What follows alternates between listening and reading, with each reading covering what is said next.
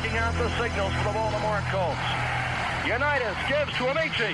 The Colts are the world champions. Amici scores. It's amazing, sensational, dramatic, heart-rending, exciting, thrilling finish in the history of college football.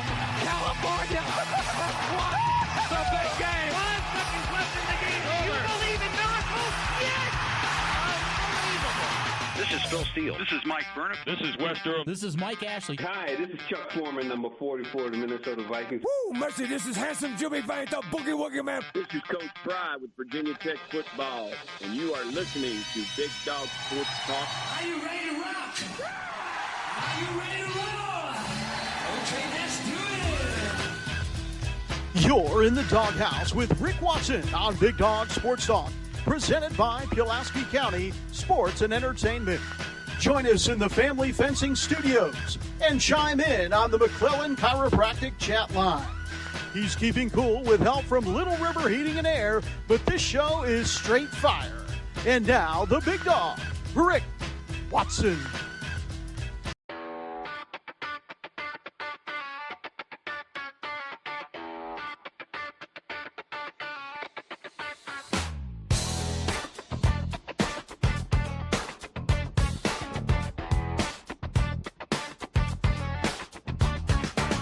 Rick Watson's got the mic, he's the big dog king. Cover sports so sharp, it's a new river thing. Virginia Tech fire, rapid pride too. Every stat, every play, he's bringing it to you. He's got that voice, deep as a valley, breaking it down, no dilly, no dally. Big dog sports talk, feel the bark, feel the bite.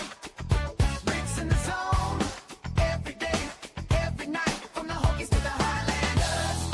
He's got a spark, Big dog sports talk, lighten up the dark.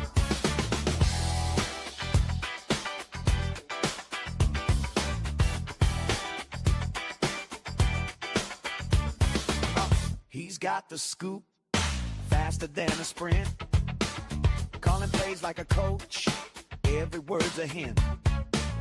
From the courts to the fields, the stories unfold.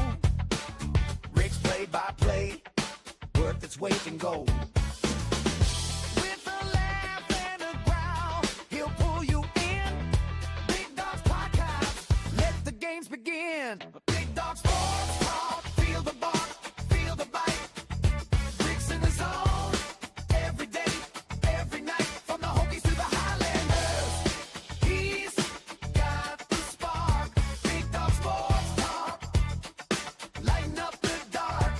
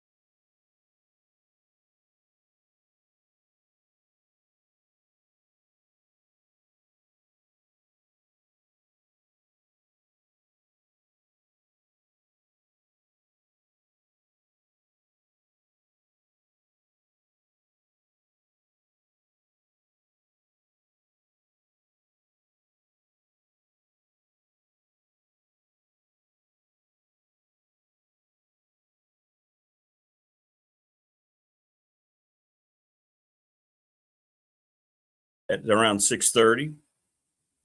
Damian Sordelet from the Roanoke Times, David Teal, the Hall of Famer, and Matt Roan, Director of Athletics at James Madison. What's up, Trail? How are you? Death Note, yo. Please subscribe. Welcome. How's everybody? What's up, Steven? Go Georgia Tech and go Bills, he says. Your Bills' new alternate uniforms are the worst that I've seen.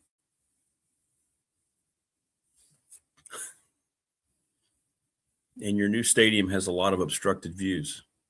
Thanks, Trail. I appreciate you, man. Appreciate that a bunch. Thanks for stopping by. Got to give Steven a hard time about his Bills and his Yellow Jackets. They will be buzzing around. Had some Yellow Jacket issues here at the house.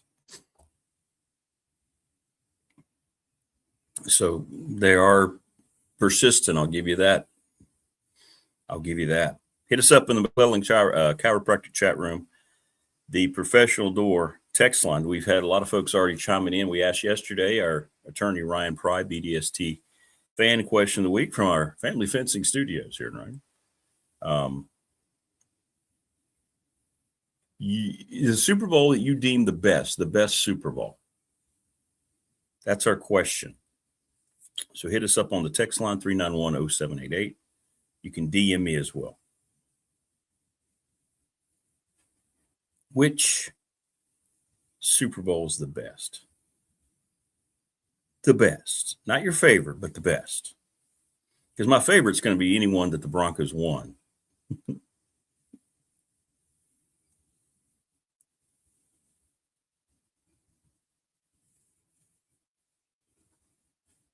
lot going around about the Dodgers and their ownership today. Last night, Mark Walter, the owner, may have committed financial fraud to fund the Dodgers in 24 and 25.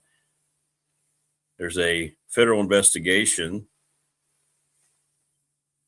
We talked about the deferred salaries. They owe over $1 billion in deferred salaries.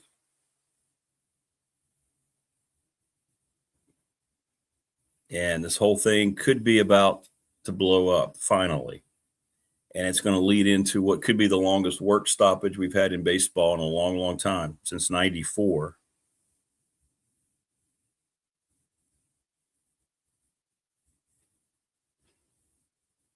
So keep an eye on all that brewing in LA. Baseball's got so many problems.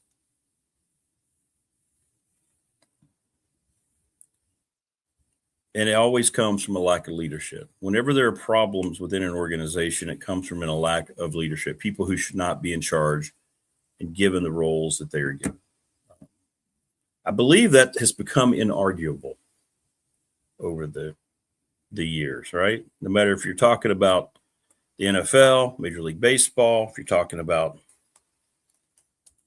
where you work, where I work, the people who make the most money are the ones who usually are in charge of making the decisions, and they're the ones that don't usually do what it needs to be done. And that's what we've seen in baseball. That's what we see in college athletics.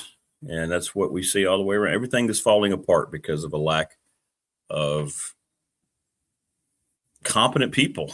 How about that? Lack of competency. But a lot of times folks don't pay attention that are in charge of the folks who are there, and they just let them go. In the commissioner's case, it's the owners. As long as they're lining their pockets, they really don't care about the games. And maybe that's where it is where you work as well. So here we are as fans muddling through, doing the best that we can. Each and every day we do the best that we can. As we get closer and closer to the start of college football, we're going to start week 2 of the preseason football games. Try to turn our attention back to all of that. I got a really cool, I'm not going to wear it today. Todd Grantham sent me a really cool UAB care package. I got a cool UAB hat, a couple of actual coaching staff polos. Pretty nice. Getting my UAB gear. I'll be cheering them on for that opener against Illinois. Good morning, Prometheus. That's right. The WNBA claims it doesn't know what the W means in its league.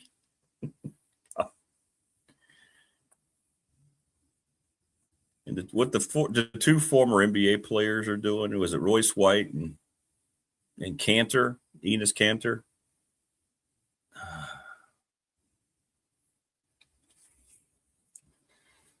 Dad, you were so right. The fish rots from the head, man. Didn't know what it meant. Now I completely see it every day. Every day. We see it, don't we? This is a pretty cool list, by the way.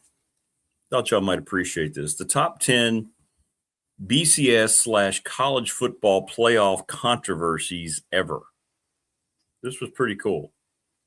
Who put this out? Let me give proper credit.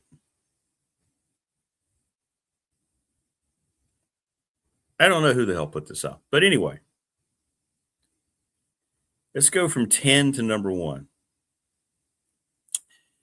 You go back to 2009, 5 undefeated teams, only 2 get a shot. Alabama and Texas got the BCS championship spots, leaving undefeated TCU, Cincinnati, and Boise State on the outside. So that's where that's right at the end. That's when the BCS really started to fall out of favor for real. Number 9, Utah in 2008, left out at 12-0. The only undefeated team, the only undefeated FBS team, but was excluded from the championship, which went to Florida and Oklahoma. Then Utah finished number 2 after they beat up on Alabama in the Sugar Bowl. Number 8, 2017, Alabama gets in over Big Ten champ Ohio State. Alabama was 11-1, non-division champion. Ohio State 11-2, and the Big Ten champion. UCF was 12-0. Alabama got the final CFP spot and eventually won the national title. So maybe that decision turned out to be okay. 2014, TCU falls from number 3 to number 6. This is number 7. TCU entered championship weekend. Number 3, then beat Iowa State 55-3 and somehow fell 3 spots in the final CFP rankings. Ohio State jumped them after beating Wisconsin 59-0, leaving both TCU and Baylor out.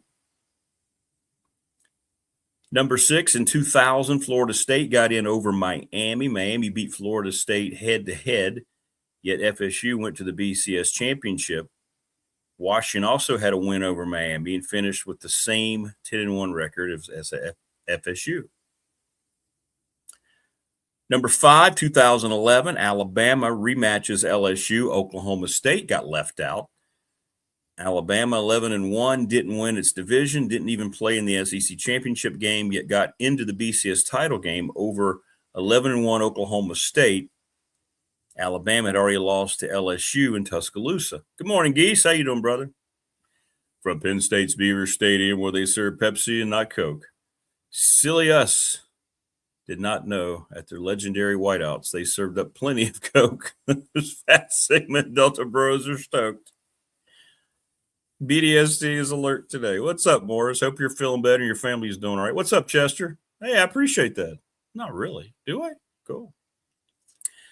2001, Nebraska gets in over Oregon after losing the Big 12 title game, 62-36. Number 3, 2003, USC got left out. Oklahoma got in after losing the Big 12 title game. I think USC was getting punished for their cheating at that point. Oklahoma lost 35-7 to Kansas State in the Big 12 title game, but remained number 1 in the BCS. While number 1 AP-ranked USC was left out, LSU ultimately beat Oklahoma, while USC finished number 1 in the AP poll. And then your top 2 controversies in the BCS college football playoff era. 2004 is number 2 here. 12-0 Auburn left out. I forgot about that one. Auburn went undefeated, won the SEC. USC and Oklahoma, also unbeaten, played for the title. Auburn finished number 3 in both the human polls and all 6 computers. And the number one controversy, well, we don't go back that far. 2023, 13-0 Florida State left out, as Alabama and Texas both jumped the Seminoles, even though Florida State won the ACC title game with a backup quarterback.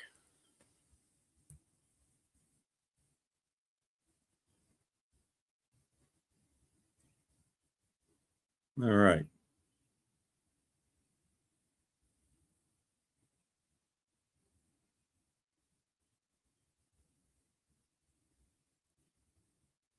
David Teal has got a family issue this morning, so he just texts he will not be able to join us, but that's okay. I hope everything's okay. Thanks, David, for letting me know.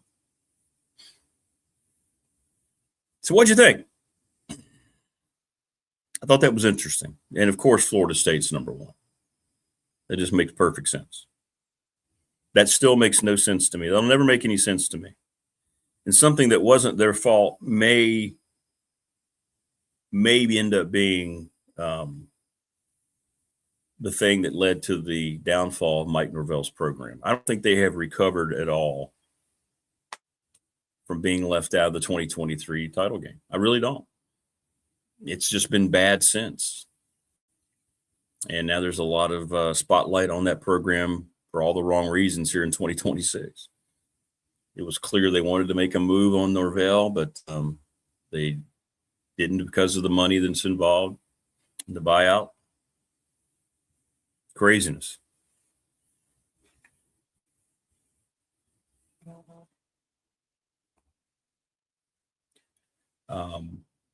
Morris says, I'm thinking Franklin figures it out, realize his whole team was bumped up on nose candy. Lost 3 games and got fired. Now I get it.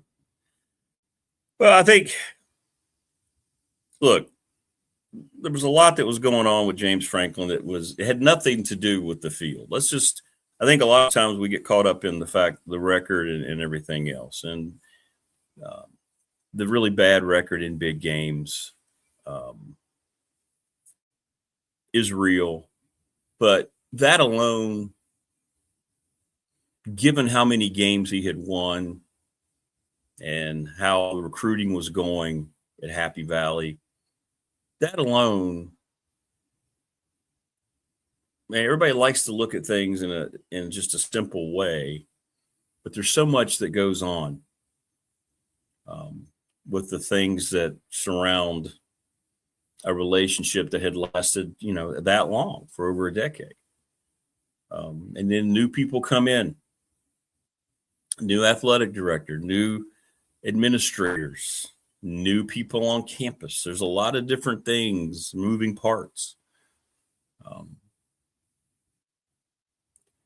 it's easy to blame one side. It's easy to look at the other side and blame. It just became a relationship that was, unfortunately, just like, well, let's just look at me and my first marriage. It lasted 14 years, and there was a lot of good. I got 3 wonderful children out of it. And at the last couple years or so, I just realized it wasn't working anymore. And we were able to part as friends and understand that it was best for both of us. And I think sometimes it's just time. It goes back to the John Madden rule of coaching. He always said 10 years was as long as you needed to be somewhere. He got out after 10 years in Oakland. And he believed that. He talked about that up until he passed away. And maybe that was just a situation. Franklin was starting his second 10 years, and it was just time to get out of Dodge. He had worn out his welcome, and maybe he didn't really feel as rejuvenated there day to day as he had in the past. Relationships sour, man. It just happens. NRB Thunder says a lot of hype with Penn State, mainly due to the transfer of players from a decent but not great Big 12 team. And their schedule. Their schedule is not taxing at all, really. Penn State has a pretty I won't say simple schedule, but they have a easier schedule. Well, kind of, Geese. That was more Bill O'Brien. Bill O'Brien was the one who brought the program out of Sandusky turmoil. That 2-year bridge that got him an NFL job does not get talked about enough. He was Big Ten Coach of the Year. Now, James Franklin came in at the tail end of that and took it to another level, correct. But he was not the one to bring them out of that, just what really should have been the death penalty, at least for a little while. But then again, I always look back at that time. There were kids in the program, players who were there that they were not around. A lot of them not even born during the whole Sandusky situation, as horrible or horrific as it was. So punishing current young people, I don't know. It's always going to be a debate how they should have handled it up there.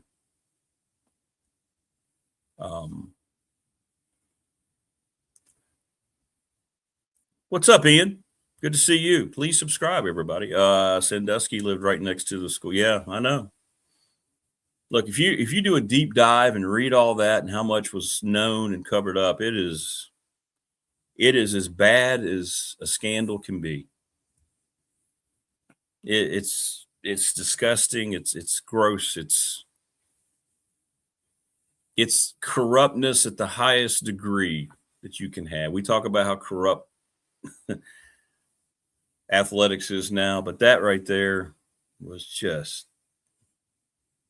it's sickening. It's just sickening what went on. It really is. And it completely destroyed the legacy of Joe Paterno. In my opinion, I'm not speaking for everybody, but in my opinion, it destroys the legacy of Joe Paterno. He says, I totally forgot about Bill O'Brien. I only associate him with the terrible decisions he made as GM with the Texans. Yeah. And he's in trouble. I mean, Boston College was terrible last year. They're going to be bad again this year. I don't think he survives. But that's just not a place that's just not going to win. Places like Boston College, as much history as they have, are in an absolute no-win situation. The ACC has a lot of teams that are in no-win situations. Looking at future alignment, the playoff, conference makeup, and BC is right smack dab in the middle of that. Yeah, I'm with you, Ian. Yeah, everybody's first inclination is just to cover crap up. Just look at politics, man. And don't get high and mighty thinking it's one side, not the other. It's both sides. And that went on for so long at Penn State because guess what? They were winning, right? They were winning. They were a blue blood. My goodness. One of the worst episodes of modern day athletics that you could think of was that situation up there. No question.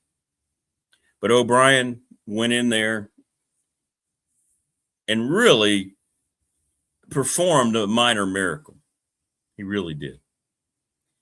Let me make sure that I get it right here, so I'm not just throwing out numbers.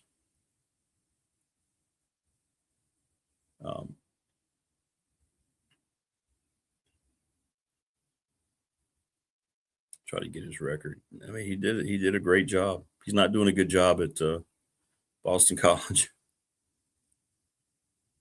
But those two years at Penn State, he had 2 winning records, which is amazing. 2012, they were 8-4. In 2013, they went 7-5. He was the Big Ten Coach of the Year in 2012. That still blows my mind. And I think what is troubling for him in BC, they were 7-6 in 2024, his first year, and then last year they were 2-10. Yeah, I didn't think they would overcome that either, to be honest. Or there were a lot of people who thought that would set them back 10 years or so. But it really didn't. And I think what it shows you is the power of that place, right?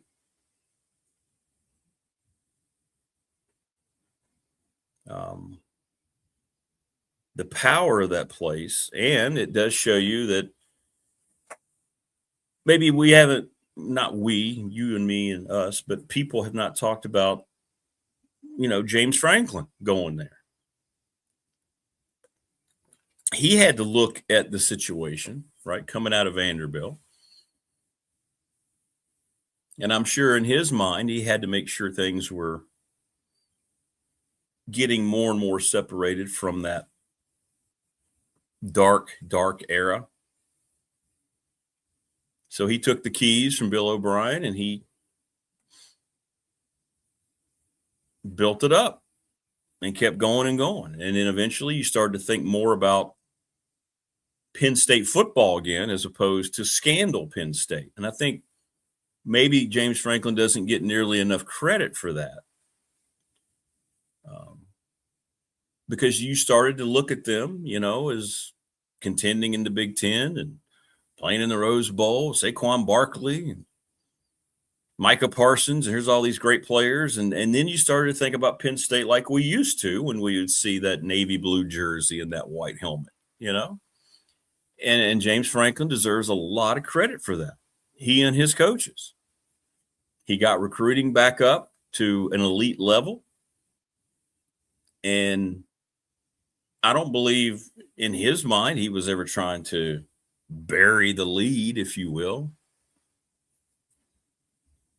But it was a reality that was present, but he continued to do the same type of things that he did to turn around Vanderbilt. So now that he's come to Blacksburg, I think he may have stayed at Penn State maybe a year too long. Maybe none of this comes out the way that it did.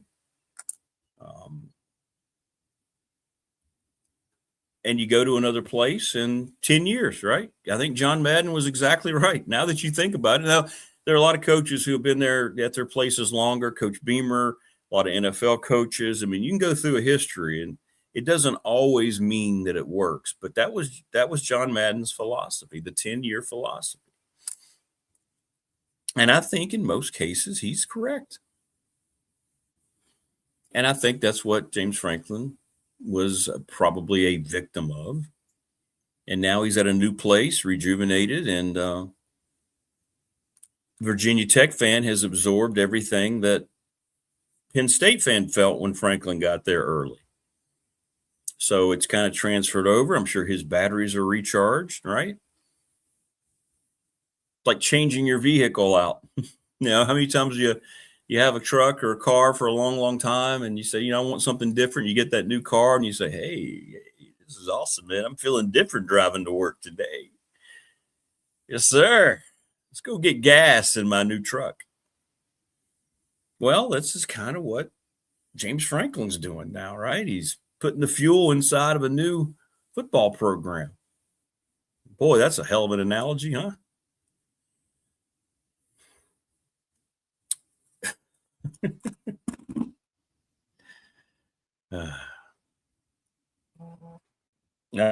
I know, KB. I'm late. Hang on. That happens. I got off on my diatribe and I forgot to send the invite. Not forgot. I just got caught up in what I was saying. Keon Brown going to join us here momentarily.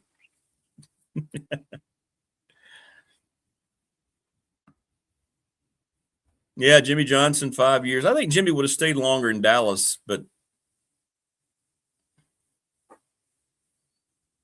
that whole thing with he and Jerry Jones was weird.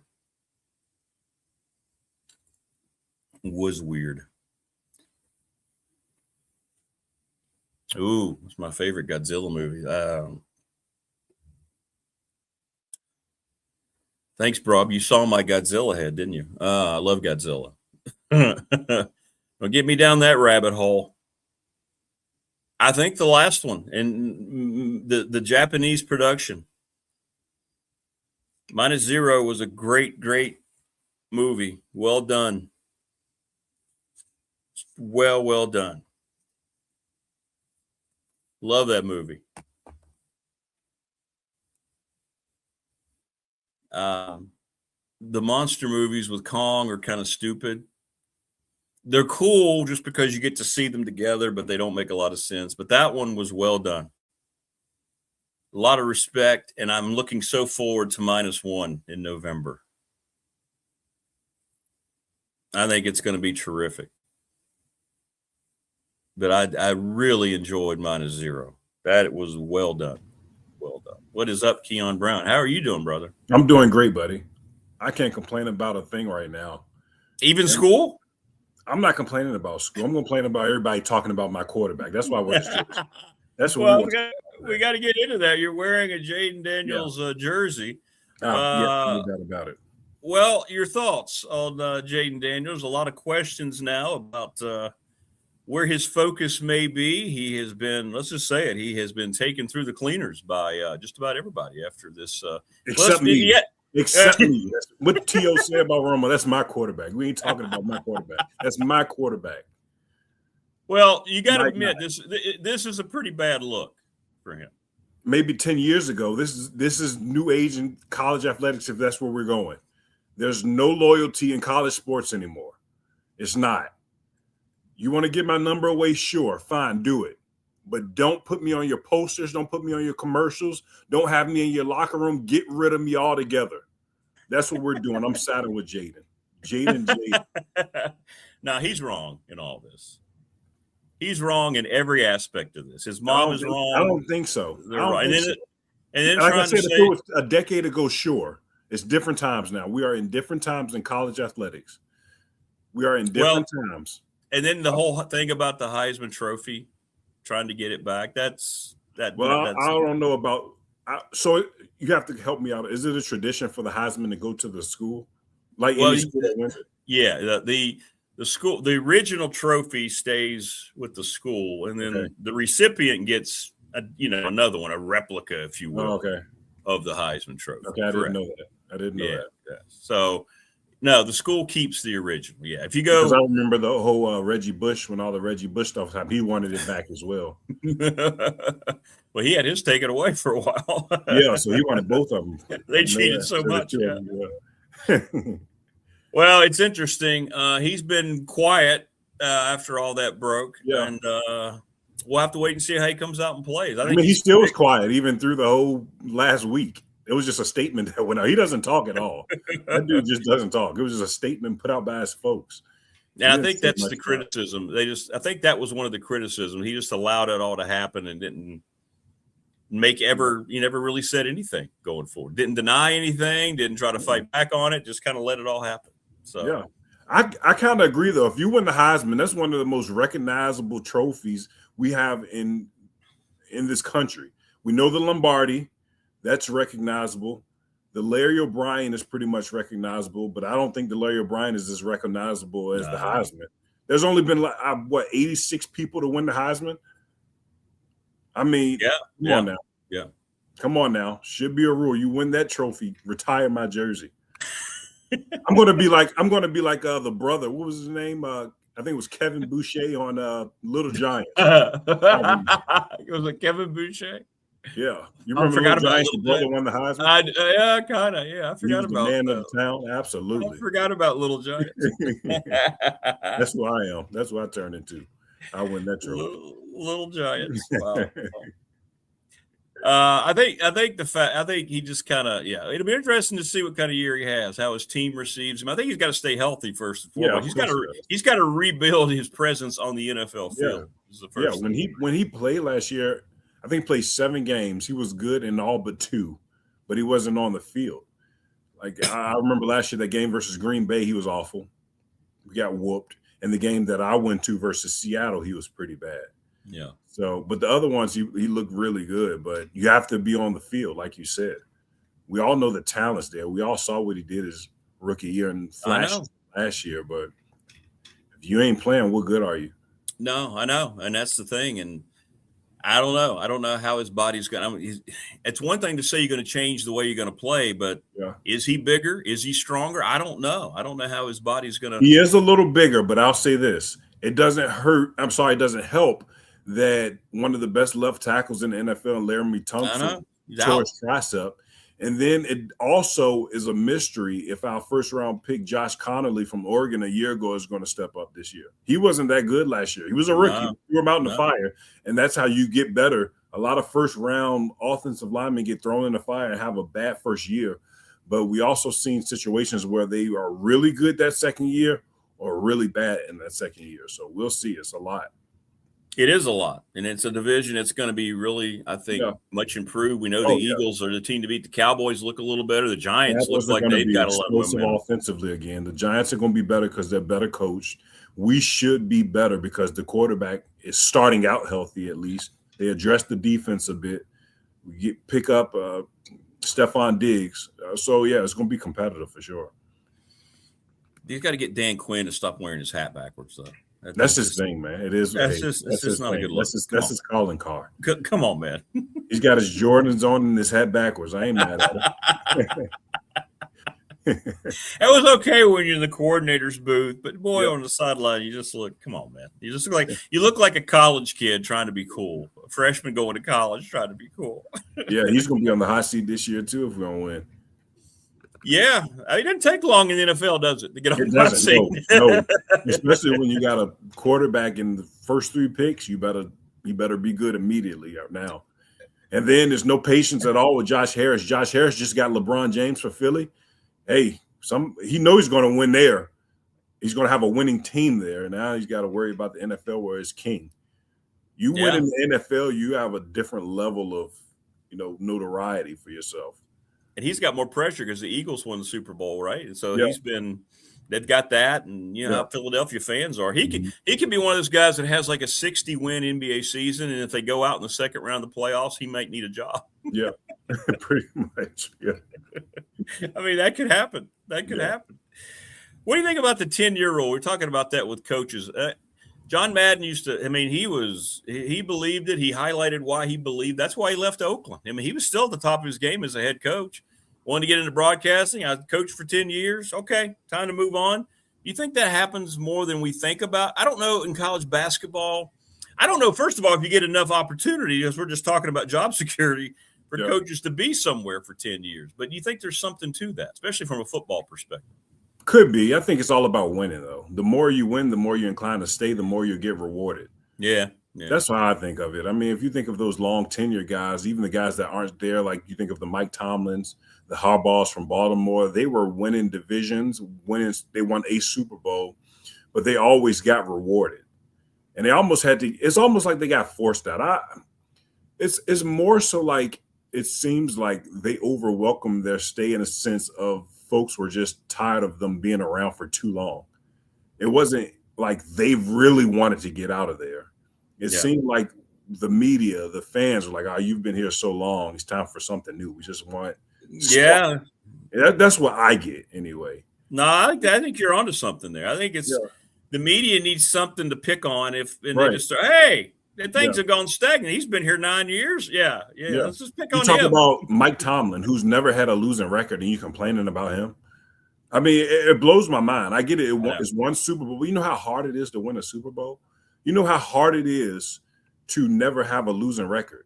It's very hard. I think he's the only guy that's ever done it. I know. Like, it's insane to me. Like, you could be the Pittsburgh Steelers and win the division and compete at least for however long he was there, 18 years, or you could be the Washington Commanders and be a team that struck lightning in a bottle. But if you take that season away, you don't sniff playoff wins. You don't sniff division titles. We won the division in 2020 and we had a losing record. You're right. Exactly. I mean, I'm not complaining about it. Well, Madden was so far ahead of things. He talked about that. He goes, and I don't really mean from a fan's perspective. But he said, I felt like at the end you kind of see players losing the message a little bit, especially the veteran players, and you feel like you don't have that effect. And he said he couldn't coach knowing he couldn't go into a locker room and motivate them the way he did when they were, the dominant team there in the late 70s and early 80s of the AFC. Well, I love to hear what you thought about the modern football player and how these guys seem like they have a sense of entitlement and how it's just not the same anymore. I know. It isn't the same. The money got too great. Yeah. The money got too great. What do you think about Goodell yesterday? It was yesterday saying, yeah, we're going to have a team. We're going to have an international team. I didn't see that. I didn't catch that. Oh, yeah. It looks like it's going to happen in the next 2 years. I don't know how that's going to work exactly, having a team. I guess it's scheduling. Yeah. Yeah, and then you're going to have an odd number of teams. You're going to add 2 international teams. It's just right. I hate it. I understand they've done their research about money, and they realize what they can make. Do you think the NFL is a product that will latch on full-time in another country? I understand. I'm not sure about that. And being in Chile and being in Spain, my eyes have opened up a little bit. The NFL is king here. It absolutely is. But when you live overseas, like I've lived overseas in 2 different countries, I know. And I pull out my Washington Redskins jersey, they're like, what is that? Like everybody asked. They loved what it looked like, but they had no idea. Sure. They call it, like I said, American football. That's what they say, and they don't know. Now, they know the LeBron James. They know the Michael Jordans. They know the Kobe Bryants. They know those basketball guys. And baseball guys, probably. Yeah. A little bit. Yeah. But when you talk about overseas, they have no clue. So I'm interested to see how that's going to go because I saw it with my own 2 eyes how they just didn't lash on. And when you talk about it and they had some sense of it, they always called it boring.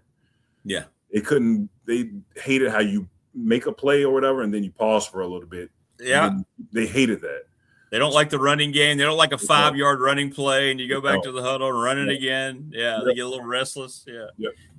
I think it's a niche over there. They get all excited when they're on TV and they have their jerseys on, for that one-off. But then when the game's over, you're right, they're back. They can't wait for the EPL soccer match later in the week. Gosh, don't get me started with soccer over there. Oh, man. The streets are blocked off and free beer for everyone. I know. But I guess they've done their research, but it looks like it's going to happen. And, boy, the travel disadvantages are going to be for them, for the home team even, not even for the road teams. But they got to – it's just – I don't know. Yeah. They'll have to have, like, chunks of home games. Like for us, our schedule was bad. We got the first 3 games on the road. So somebody's going to have to be over there or they're going to have 3 straight home games or something. Yeah. Something, yeah. And then be on the side for a while. Yeah. They'll be away from a lot. Yeah, I'm with you. Well, we'll see what all happens there, but and we'll see what happens with Jaden Daniels if it'll die down a little bit. Oh, it's dying down already. I just brought it back up. Nobody's talking about it. That thing lasted for 3 days. Folks needed something to talk about. We're in that dead space right now. Sports that we always talk about. Preseason is back, but nobody cares about the preseason. I've enjoyed it though. I've enjoyed watching. Yeah, it's been great, but nobody really truly cares for it. And your uniforms are so close, by the way. Your uniforms are so close. Oh, they are. Even on the field. Did you see the field? Yeah, I watched a little bit of your Dolphins game, and I'm like, oh, they've got it all. They've got it all back, but one thing, the thing they need the most. And they have a helmet with the arrow on it too. I mean, an alternate helmet. They have the jersey looked old school. They got the block numbers back. Thank the Lord. Yep. And they got the gold pant. It looked really good, except they got the outline in the end zone. I know. Yeah, man. It's like they know they got one more thing to do though, and they got to get that done. They got to get the name back. And then Dan Snyder's going to be pissed off. At this point, shouldn't they do it just to spite him? I gotcha. He's living in England now. That's where he is. He's enjoying his $6.2 billion. No, I know, right? Like, how many problems can you really have at that point? Jeez Louise. Well, we'll see. We'll see what all happens. Now we're at a situation again. I asked this for the 5th straight week. Where's the schedule? This is week 5. Elon's off. Elon's off. Well, Elon's officially off. They've already announced their new game. I can't remember who it's against.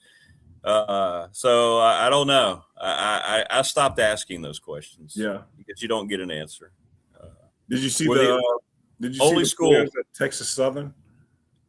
What happened? The players at Texas Southern. No, what happened? They're protesting because they're trying to hire one of those Power 5 assistants for the program, but they had a guy who's been an assistant coach there for a decade, and they're trying to they want him to get the job. So the players are protesting. They're marching the campus, marching the president, It's something I've never seen before. Trying to get rid of the coach. So in other words, the coach, he had the job. They don't have the coach yet. So it was an announcement made yesterday. They are set to hire a Power 5 assistant coach. As a head coach? As a head coach at Texas. Oh, okay. But the players are pissed off because they're saying, we've got a guy who's been here for 10 years that deserves a shot, especially we're in late August, right? You might as well just let him coach for the year. Like at this point, you already missed summer classes. That's true. Let him just. The players are not practicing. They're doing nothing. It's crazy. Like look it up. It's a thing. It's a real thing. Well, you go back to look at the Cleveland Browns. Yeah. Right. I mean, Myles Garrett. He said, who he wanted to. I think it led to his departure. They brought him in. Who should we hire? I think you should go. No, I can't think of his name. Who they didn't hire. The defensive coordinator, long-time defensive coach. Yep. He was a head coach in the NFL at the Lions. And then when that didn't happen, Myles Garrett just stopped talking to the front office. He's like the star of the league on that side of the ball. You bring me in, you ask my opinion, and then you tell me, whatever. We're going to hire the guy we wanted anyway, Myles. See ya. Yeah. Well, see ya. Yeah, you're in L.A. now, and you're going to be a big star out there. So.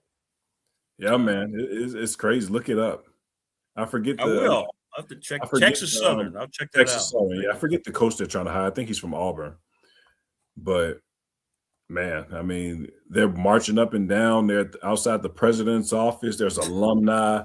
There's members in the athletic department. It's like I've never seen it. Well, that's interesting. Well, we'll have to wait and see. I don't know how I feel about that. I don't think that should be happening. Administration's got to say we're the ones making the choice here. You guys don't want to be here. You know what the transfer portal is? Go to it. Enjoy it. Well, they're also saying that if you would have made a coach, we could have made that decision. If you would have named the coach sooner. Well, that is on. If they've waited this long to get a new coach. Well, yeah, they literally don't have a head coach right now. They said they're set to announce it tomorrow, which is today. Well, so if that's their guy, they can't allow that kind of culture down there. Yeah. They're going to have to just suck it up. And I mean, how good's Texas Southern basketball going to be anyway? Exactly. Yeah. Right. Yeah, it's true. It does. Prometheus is right. It goes back to entitled. What you said a little while ago. It goes back to the entitled mentality of these young people today. That they feel like they should be able to go up and dictate to the president, "Hey, you can't make this move. We don't want it to happen." We'll see what's going to happen, though. I'll say that. Yeah.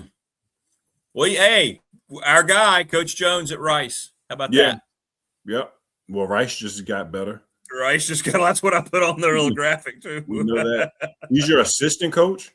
You got a guy like that. Oh man, I can make the argument he's the best assistant coach in the country. Mike Jones going to Rice as an assistant? Are you kidding me? What a get, man. That is off the top of my head, he has to be the best assistant coach in the country. I mean, when you think of the experience, you think of what he's done as a head coach. He's in the Hall of Fame already at an institution. I mean, yeah. I'm going to be rooting against UNC Greensboro every game. Oh, everybody is, because it's ridiculous that we know the name of the game is NIL now. And when you have an NIL budget, when Coach Jones was there, that was laughable. And you bring in a new coach and up that budget, it's like almost like a slap in the face. Correct. It is. Especially when he was told things. Right. And then have it yanked out from under him. Yep. Fish rots from the head, my friend. Fish rots from the head every time. Every time. Yep. I'm with you on that one. But I'll let you know about the schedule. I don't know. I have. It's not just Radford though. I mean, it's a lot of schools. I know. It's a lot of schools. I still haven't seen Longwood's full schedule. They're putting out bits and pieces. Still haven't gotten UVA's full schedule. I mean, I know our first three. I told you those three. Yeah, you told me the first three. And then we come home. I think it's Shenandoah. Yeah. And I think it was December 22nd against Maryland because Maryland put their schedule out. Correct. Yeah. The last game before that's the last non-conference game. Is the Maryland game.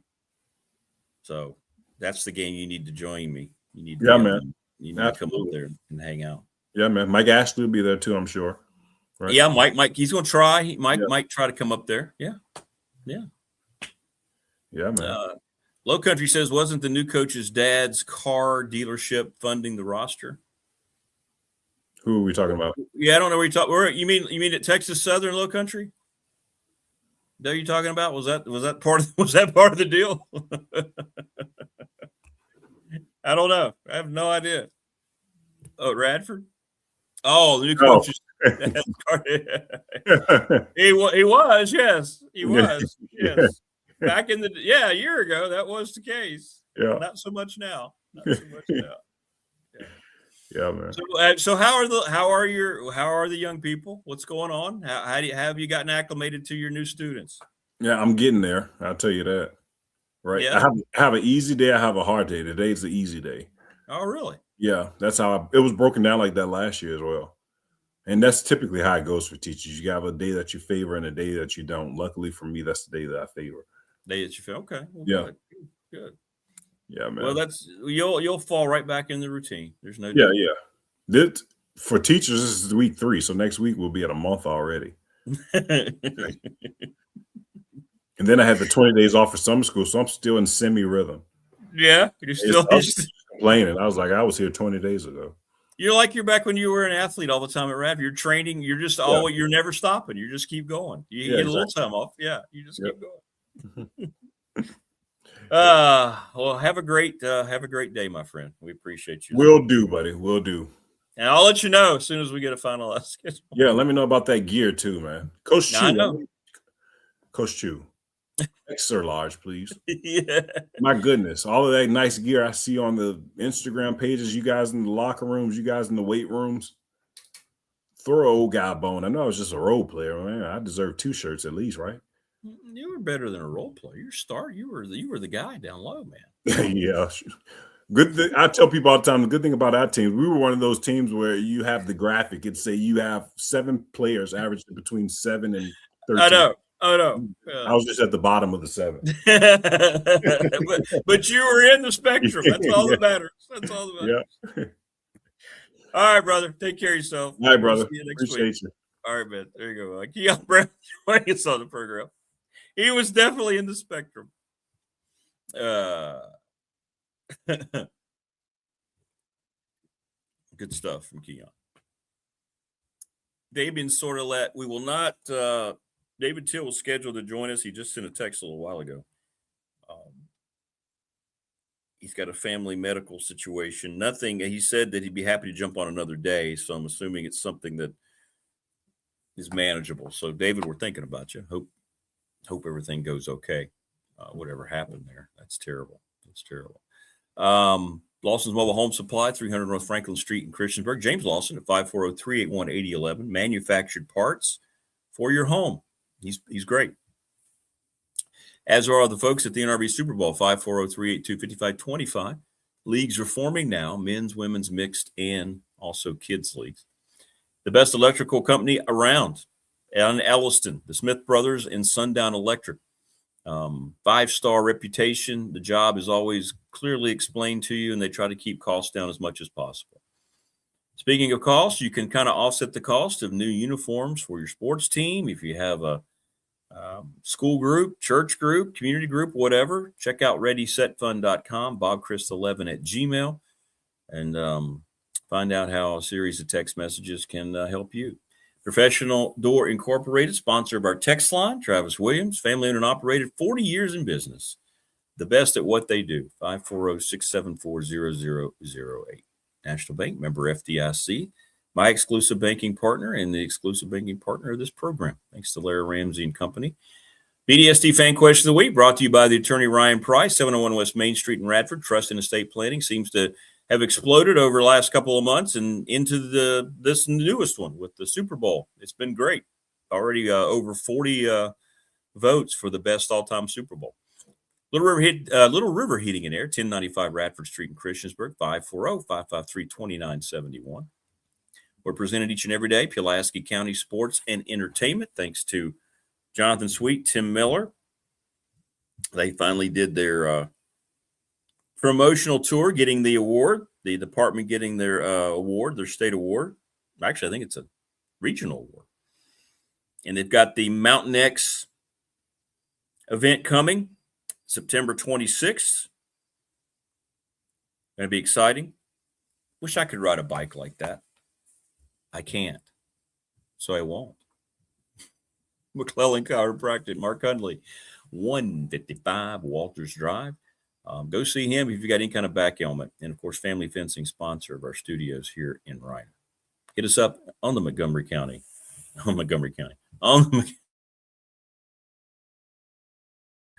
Chamber of Commerce. Don't forget about their golf tournament coming up on the 21st as well. A lot going on, man. A lot going on in the world. Lots going on.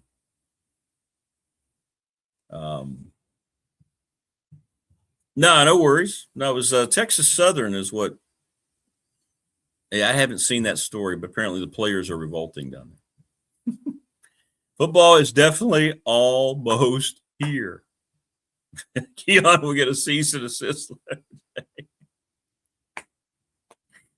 Good morning, West Flint. How you doing, brother? I hope you're doing well. Thanks for stopping by. As always, everyone, please subscribe if you haven't already. Yeah, he just might. Damian Sordelette going to join us next. And we'll get updated on all the things that he's been hanging around Tech football practice and at the pressers. And I don't know about you, but I think we've done a pretty apt job covering everything leading up to the start. I'm just looking forward to games getting here now. The games will tell the story. The things outside of it, they matter, but the scoreboard tells you all you need to know. Right? It'll be good to be able to dive headfirst into all of that. Yep, classes on Mondays everywhere, right? Tech, Radford. Yeah, absolutely. UVA. It's here, man. It's here. I gotta do that this weekend down in Charlottesville. Ugh. What's up, Hot Rod? Coach Landreth, been in practice. Good to see you, brother. Glad you're here.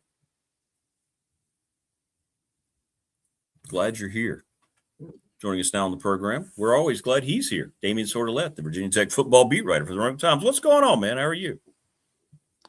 Morning. Doing well. Looking forward to getting out to practice later next week. Later this week. Yeah. Later this week? Yeah. That's good. How many practices have you taken in now in totality? 3. 3? Mm-hmm.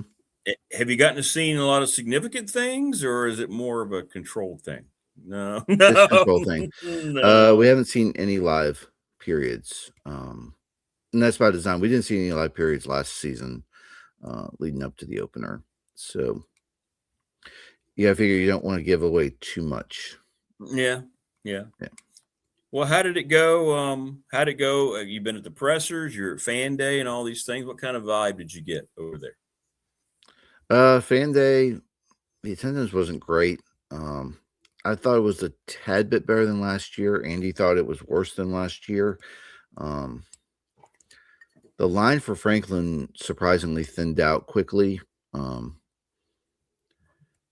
I mean, he was doing, instead of sitting at the table and signing autographs, he stood up the whole time, brought in people for photos, everyone's name, all that stuff. But yeah, it seemed to thin out quite a bit. I was told by people over there it wasn't as many people as a year ago. I think Andy might be correct. They were a little people were a little surprised. Yeah, Chuck Losey came up. We talked to Chuck Losey a little bit as he was walking around. He asked how it was, and I said, I think it might be a little bit better than last year. Not as good as 24. Then Kevin Threkel mentioned that at Penn State they would do this after the spring game. When you have a lot of people there, just tell them stick around, come in for a fan day to get autographs and photos after the spring game. I think that might be the thing you'd need to do moving forward. That makes sense. Yeah. Because if you have 40,000 people there, instead of having them leave early, you just have them stick around for an autograph session for like 90 minutes. That makes more, and there's less pressure. There's less like, oh, it's getting ready to happen, right? Yeah. There's less pressure, and you can, I mean, the players have showered. You can get them after the spring game, and I know there's recruits there, so I don't know how many coaches will be available, but well, that's true. That's true. At least you'd be able to, even if there's no coaches, at least you get the players there. Yeah, and the 1 hour window is an issue. I think fans may have said, "Nah, what's the point? Right. What's the point?" On a Sunday, ideally, you do it on a Saturday where you can make a weekend of it instead of doing it 4 o'clock on a Sunday, where now it's like, okay, now it's time we got to go back home. Yeah, that's true. Yeah, that's true. Wayne is asking, did you get your picture with Franklin? I took a picture of Franklin with fans, but that was it. You're on the other side of the camera. Yeah. Christian's saying, Dabian, I'm concerned with the linebacker and safety depth. What are your thoughts? I know Brent Pry's concerned with the linebacker depth. He's been very vocal about that. Yes, and I actually wrote my position previews for those over the last 2 days. Linebacker depth, they're trying to get they have Caleb Spencer working in all three to create depth, and I think that's because they want him at Mike for nickel packages. Because behind Chambers, Wiley, and Spencer is Balance, Jones, and now Sherrod Koval. Because Gabe Williams is out. He wasn't at Fan Day. We weren't told anything about if it's a long-term injury or if he's going to be back soon. And then behind them are 3 freshmen. So you need to get Antoine Santiago back in order to feel somewhat better about your depth, especially the inside linebacker. So there might be a very small rotation at linebacker initially. Safety depth, I feel a little bit better about that because of how they're going to use Brennan Johnson, Sheldon Robinson, and some of those guys. Because the boundary safety, which fits Johnson and Jordan Bass better, you're more in the box. And those are the 2 guys you don't need to teach and help reinforce tackling at the line of scrimmage. Brendan Johnson is the VHSL's all-time leading tackler. This fits him. Bass played Sam linebacker at Pitt. Going into the box can help. I think from a safety standpoint, they are in a bit better spot, especially with moving Kenny Wosley back to safety. It seems like they're really training Wosley and Knowledge Harrell to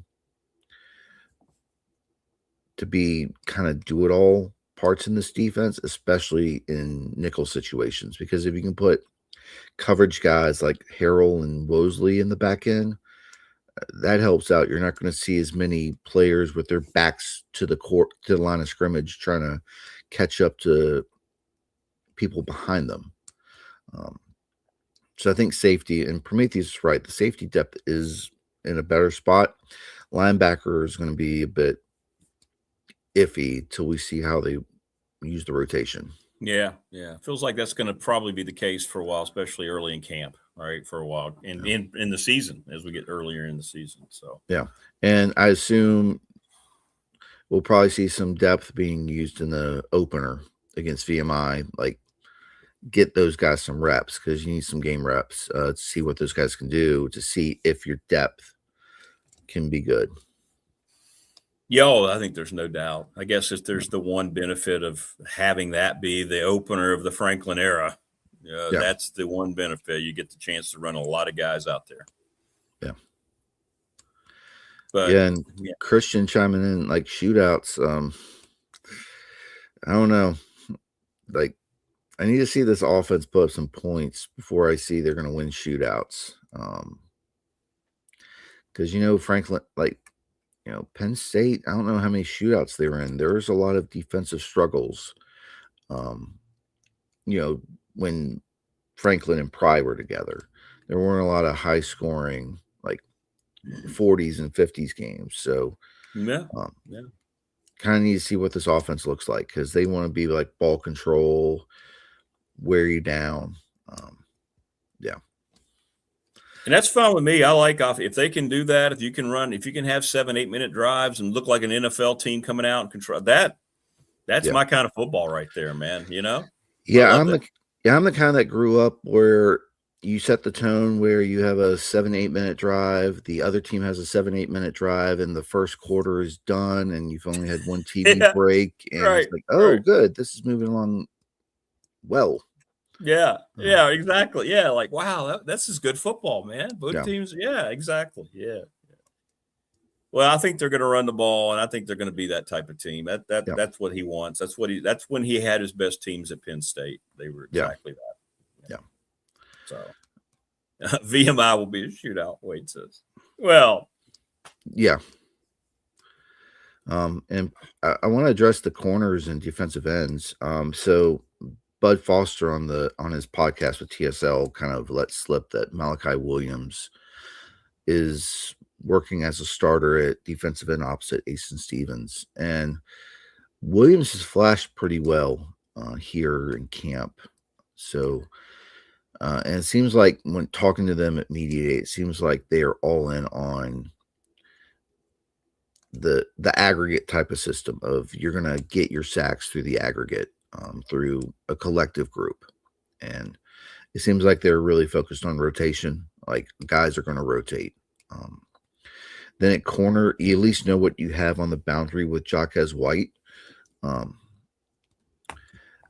the field side, Josh Clark or Cam Chadwick would be my guess. And you know what you're getting. White, though, how healthy is that left knee after tearing the MCL and having the partially torn ACL in the spring game?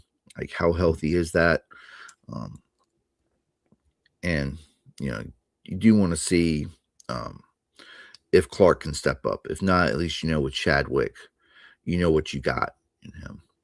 And Clark is that field corner that you need, like the Dorian Strong, long arms, rangy type of guy who's got some speed and isn't afraid to get, physical. So, you hope Clark can win it out, but I think Chadwick's got a chance to do it. And they've mixed and matched with White this camp. We've seen Clark work with him. We've seen Thomas Williams work with him. We've seen Chadwick work with him. So we'll see. It's good to see JoJo Krim back out there after he got hurt late last year and had to miss the spring.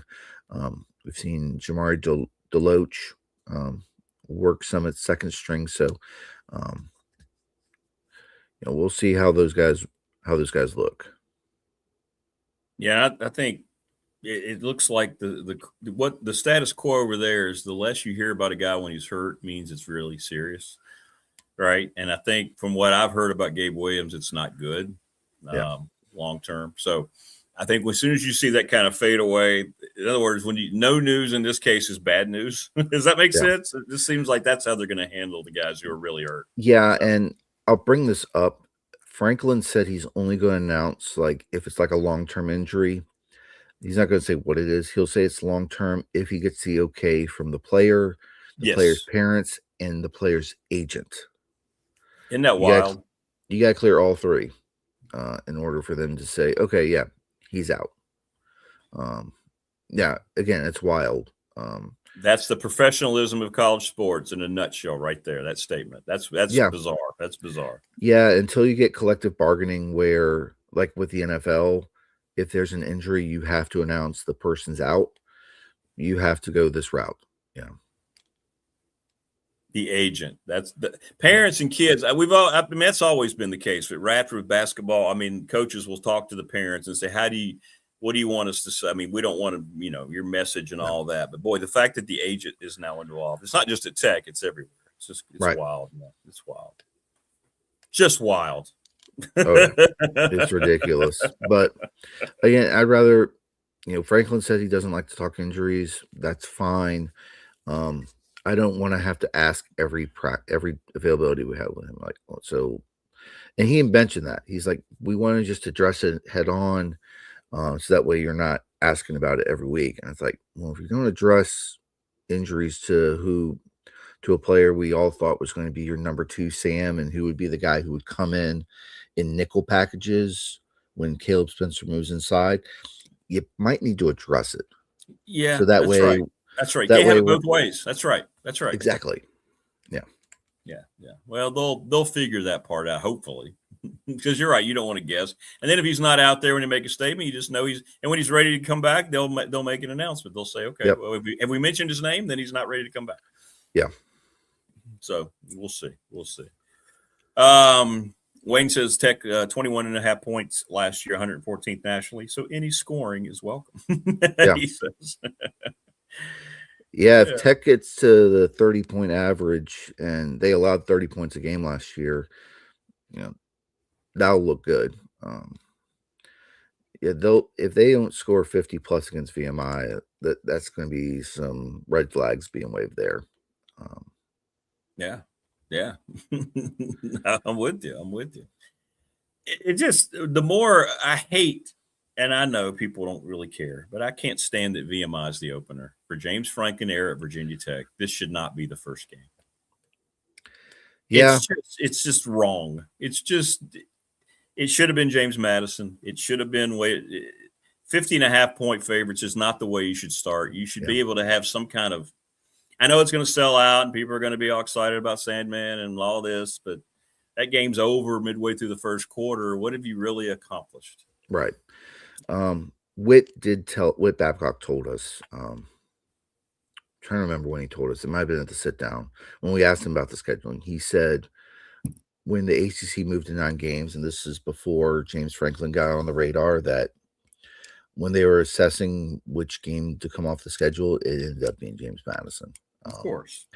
Because where they were that week with James Madison, if they had to move it to the opener, I think there would have had to have been like 6 other dominoes to fall in order to make the schedules work, where James Madison would have to move its game with Liberty to another week.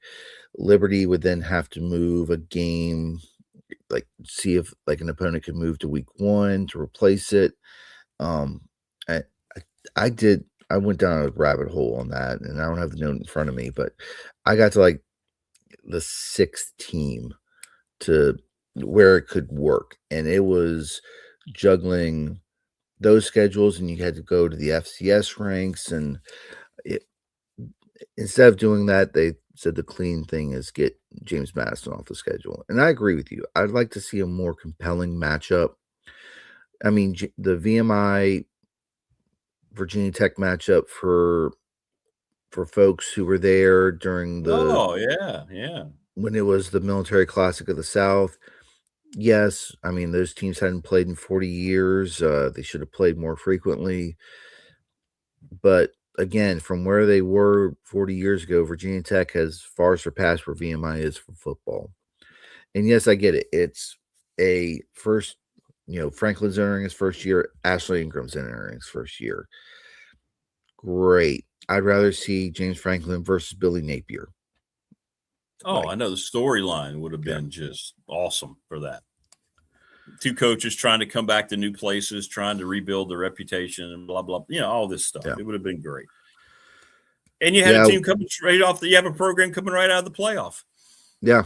Regardless of how they're going to look this year. And I don't know how they're going to look this year, but I'm just saying that there would have been a lot more intrigue for that. Yeah, there would have been a lot more intrigue, but again, well, we have the athletic director, James Madison, coming on next. I'll ask him to remind us exactly what went down there. Maybe he can tell us a story about what went down there. Yeah, from what Whit told us, and I'm hoping he, from how he did it, they just assessed the schedule and said before the head coach came on, it was, looking at how you could move VMI around on the schedule, it wasn't feasible, especially with all the other dominoes that needed to fall in order to make everyone's other schedule work. Danny Rocco versus his old team. There's your storyline. Yeah, boy. Yeah, and you could have gone James Franklin against the team he used to coach at, because he coached at James Madison. I think that might have been his. Yeah. Do you believe Whit's explanation? Yeah, because I've talked to enough athletic directors over time where I understand scheduling and how much of a headache it is, especially when you schedule so far in advance. Like when the ACC says, "Oh, we're changing the scheduling model," and now you have to go to the drawing board and say, "Oh, well, how's this going to work?" I talked to everyone knows I used to cover Liberty, and I talked to Ian McCall, the AD there, after Liberty's home game against Virginia Tech got cut off the schedule, and he said, the rationale is Tech's going to a 9-game league schedule, and they have to drop games, and we're lucky they didn't drop the 2 games we have there in Blacksburg. So that's how it is. I mean, multiple ADs have told me that it is because of that. So at least it isn't at 9 a.m. That's true. I prefer a noon kickoff for that opener. For that game. Yeah, the fact that it's a night game. Yeah, you get to show off the LED lights, you get to show off the video board. You hope you don't have any you don't have anyone parachuting in, especially if the winds pick up at some point. But yeah, the TV decided that one. I guess, putting Franklin under the lights, new LED lights, you get to try those things out. Sure, why not? It's going to be thrilling. I was going to ask Teal about this, but since he's no longer coming on because he's got something going on with his family, everything's okay, I think, but he couldn't be on the show. Did you see Carla Williams' comments yesterday? I did. That pretty much tells me they have a deal in place to get the hell out of the ACC. That her statement was the next chapter of Virginia football will not be written by choice. Won't be written by chance. It's going to be written by choice. Yeah, our choice. Wow. Read between the lines on that one. Yeah, read between the lines, and it might be they're choosing to invest more in football, which at the same time you need people to show up in the stands so you get some gate money out of that. But yeah, I think I agree. I kind of had to read between the lines of that, of saying, one, they're actually going to start making more investment into football because they understand football is where the gravy train's at. And 2, no matter if the Protect College Sports Act pass or you get to 2030 and when realignment starts kicking the tires again because of the TV contracts coming up, UVA, I think, wants to go to the Big Ten. Christian's right. I think I've heard UVA and UNC want to go to the Big Ten. Yep. And you hope you're one of those 2 that can get into the Big Ten, because they're probably not going to expand past 20, if I'm not mistaken, for those leagues, which leaves 4 spots for the SEC, and that's where Virginia Tech comes into play. I've always made the case that if you want TV markets, if you're going into Virginia, which doesn't have Big Ten or SEC, one's going to go one way, one's going to go the other. And I think the SEC fits Virginia Tech better. But again, Carla Williams has made a pretty bold statement. She wants Virginia to be competing where they're bringing in revenue. And she probably saw the numbers of what the revenue distribution was like in the first year with the ACC, and 100%. And like, well, football didn't draw as many viewers as, say, Miami or whoever out, like Florida State. You go, we went 11-3, and we're not bringing in nearly as much money as a Florida State team that sucked. Like, that's where she's going to say, all right, we need to go to a league that we can make more money in and bring it in. And the Big Ten would be it, especially from their standpoint. They're an AAU pro university. They meet all the criteria to be in the Big Ten. So if that is a move that UVA wants to make, I think they're in position where if they succeed in football, that makes them more appealing, because they're already good in basketball. They're already good in a lot of other sports that Big Ten programs are good in, like lacrosse, field hockey, tennis, you name it. Those sports that Big Ten programs excel at, the non-revenue ones, UVA is already good at those. They are excellent in them, especially swimming and diving. You would fit right in with some of those Big Ten programs that produce Olympic caliber athletes. And so if your football program can succeed, that will be the appealing nature of moving UVA to a bigger league. That's why Virginia Tech has made the investment in football, because they realize, and they've said this openly. Whit Babcock said it before he left. Jay Pearson still says this. If Virginia Tech wants to succeed and be in the conversation to be in the haves instead of the have-nots, football has to be successful.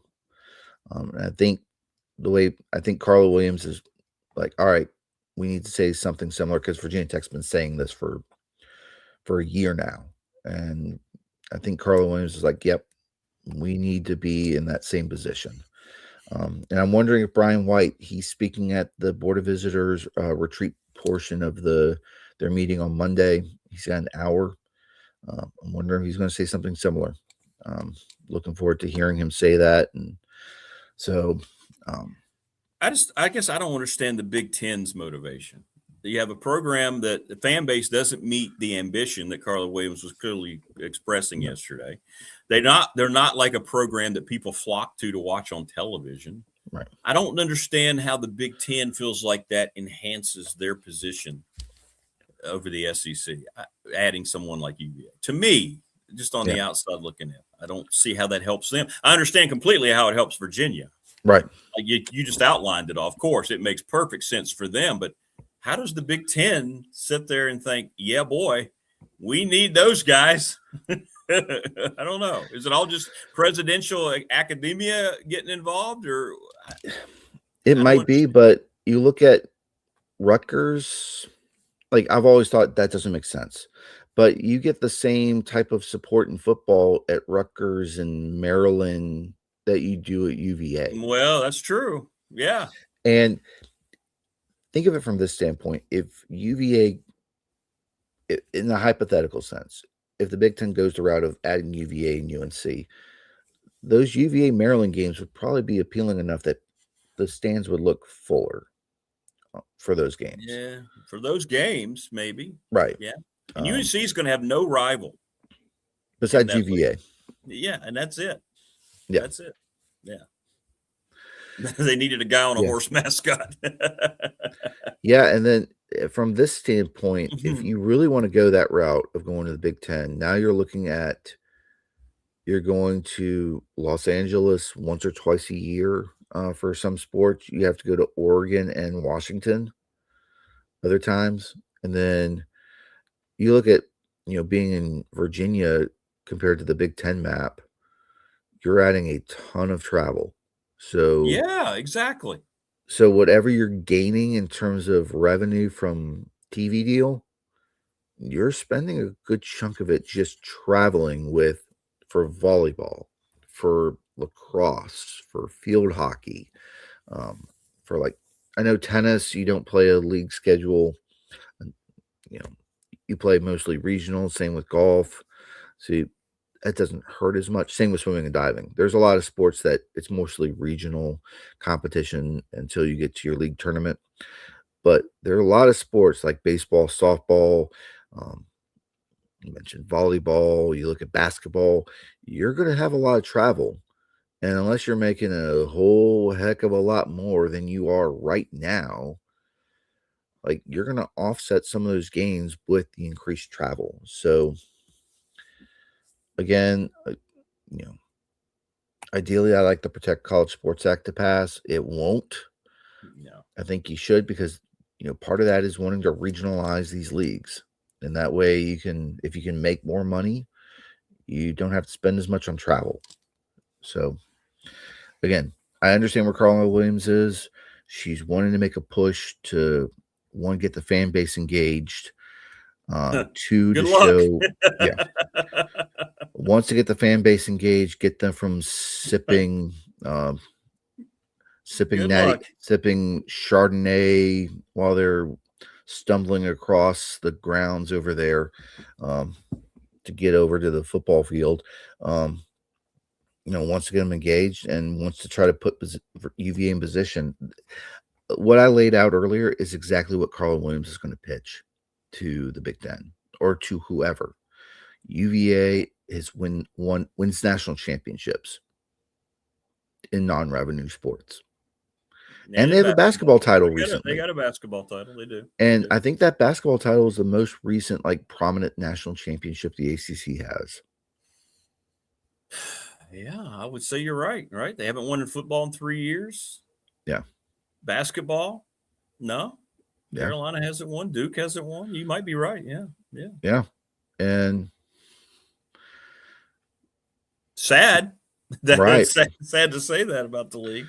But I'd say, UVA from a basketball standpoint, she's made two great hires recently. She finally got and I'd be remiss to bring up that Virginia Tech is on the market for a new apparel deal. Yeah, Tebow just asked about that. I feel like it's going to be a renegotiation with Nike, but you think there's somebody else underplay? I don't think James Franklin being at an Under Armour or Adidas school, but maybe I'm wrong. Yeah. This is one where you can renegotiate. And so from what I've heard for some of these other deals, the big massive deals, most of that is you get several $1 million in apparel each year. So you can essentially outfit all of your teams. Yes. Yes. And then there's a good chunk that goes into NIL.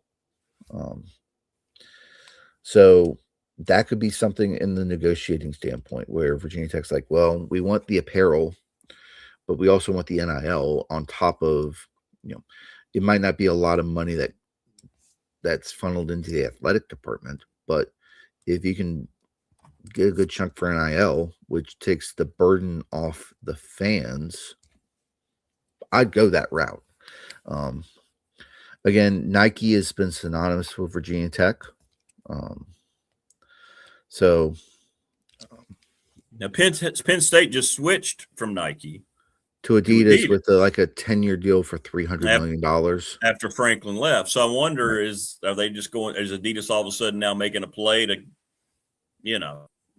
are they getting back in the game? I mean, I don't know. Who knows? I mean, is Virginia Tech locked into Nike this year because they're kind of on a?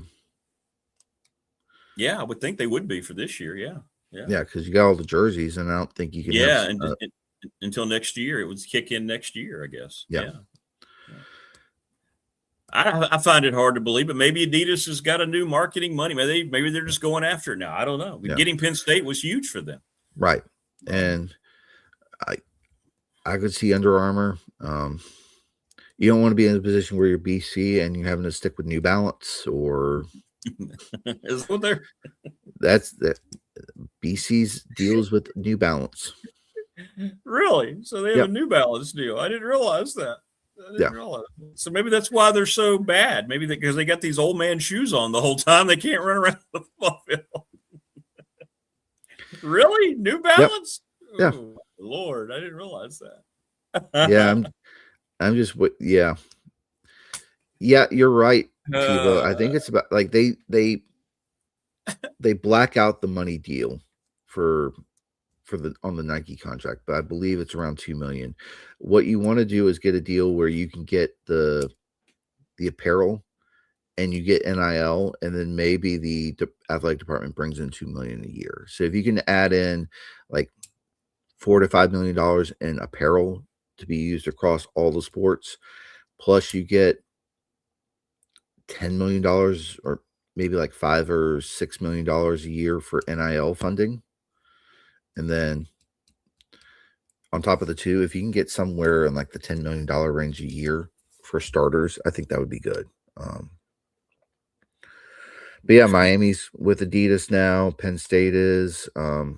Maybe that's what it is. Maybe that's what it is. Adidas is getting in the game now. Maybe that's what it is, man. Maybe.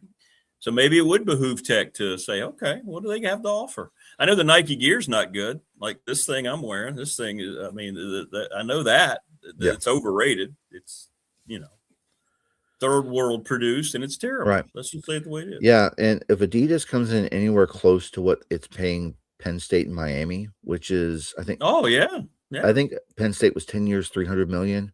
Yeah. If you can get a 10-year, say $270 million deal with Adidas, why not? $27 million a year with a good chunk going to NIL. Yeah, I mean, that could be. I hope so. I hope they do challenge. The whole Nike thing has just been completely a monopoly for too long with so many schools, and they've gotten so lazy with their product. So. And I'm hoping Brian White at some point addresses patches for uniforms. Yeah, I figured that would already be announced for the new year, right? Yeah, we've seen Tennessee. I saw announced basketball that would bring in $3 million annually to men's and women's basketball. Yeah, it's happening all over. I figured they would have already had something in play pretty quickly, but apparently that hasn't happened yet. Doesn't mean it won't, but it hasn't happened yet. So,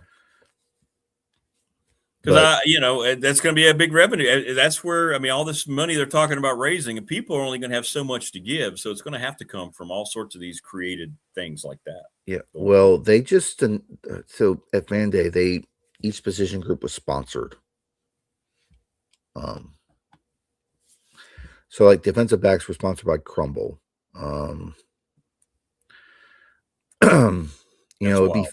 It'd be fit. I didn't get a chance to look at the offensive line, defensive line. It wouldn't surprise me if some like knee replacement company sponsored them. That's not a bad idea. Like some kind of surgery, ortho surgery or something. Surgery or something. Yeah. That makes sense. But yeah, also Pete Demore, Mark Berman had this about a month ago that Pete Demore got a new contract. So I know D1 softball was kind of late to the game on that, but yeah, that was signed last month. Along with there was a lot of coaches that got extension. Tony Roby got a well-deserved extension and pay raise. John Sheff has not yet gotten a contract extension, so we'll see if that comes up soon. But again, I'm hoping Brian White during his hour-long presentation addresses some of those things, or maybe it's during his Tuesday update to the board addresses that. But right now, when it comes to what he's going to talk about Monday, none of that material has been released. Not like what was with his invest to win. Will you go to that? Will you be at the Brian White thing? Yeah, I'll be there Monday. And then the Tuesday athletics committee meeting is during football practice. So, I'll be at that makes it tough. I'll be at the Monday one just to hear what he has to say. Hopefully it's something newsworthy that's worth actually writing about versus writing, he said this, and this, and blah. I kind of want the patches and the board approval for a new apparel deal, something like that would be ideal to be writing about, because you don't have David Teal write this piece on him talking about generating revenue for all these sports, and he's not generating revenue yet through the jersey patches not being announced, the selling sponsorship on the field, that hasn't been announced yet. Naming rights to a lot of stadiums. So we're waiting to see what that plan's going to look like. You're right. Yeah, I think Adidas would be the way to go. If you're going to go away from Nike, Adidas seems to be the way to go.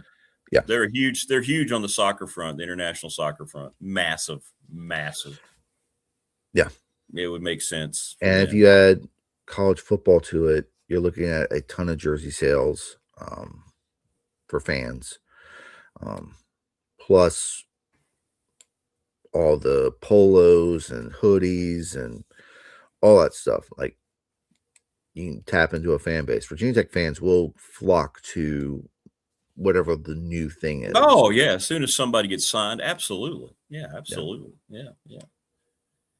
Well, we'll see. That'll come out sooner than later, I would think. But it'll be very interesting to see. Yeah, they had a 10-day negotiating window on it. And that was a 10-day open for everyone. So, oh wow, so that's next week then. we Well, could it hear? might actually be this week, which This is week?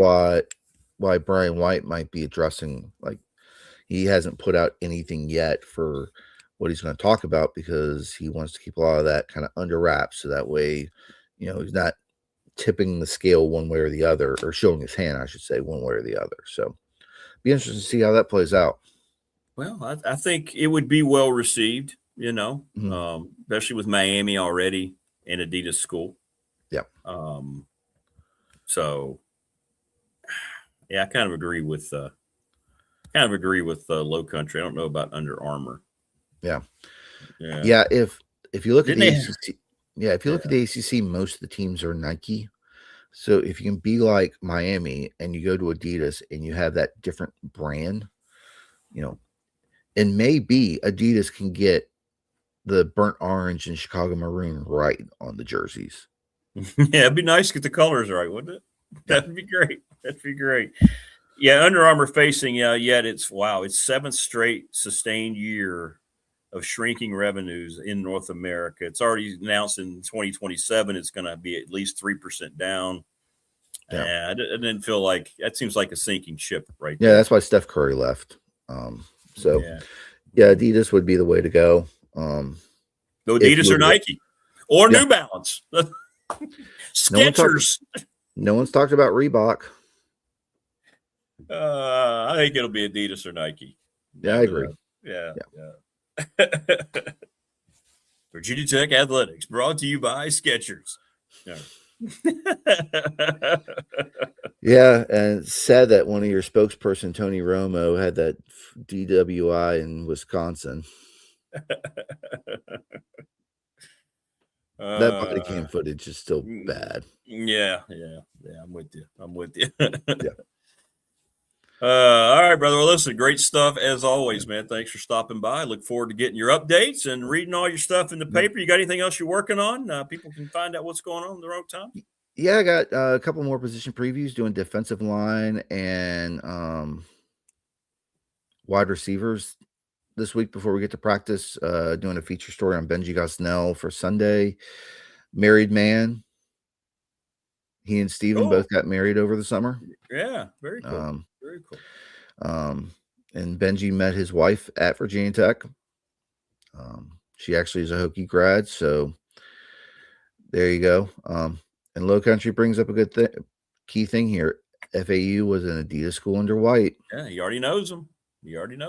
So, and he's in a position where they can ask for more money. Mm-hmm.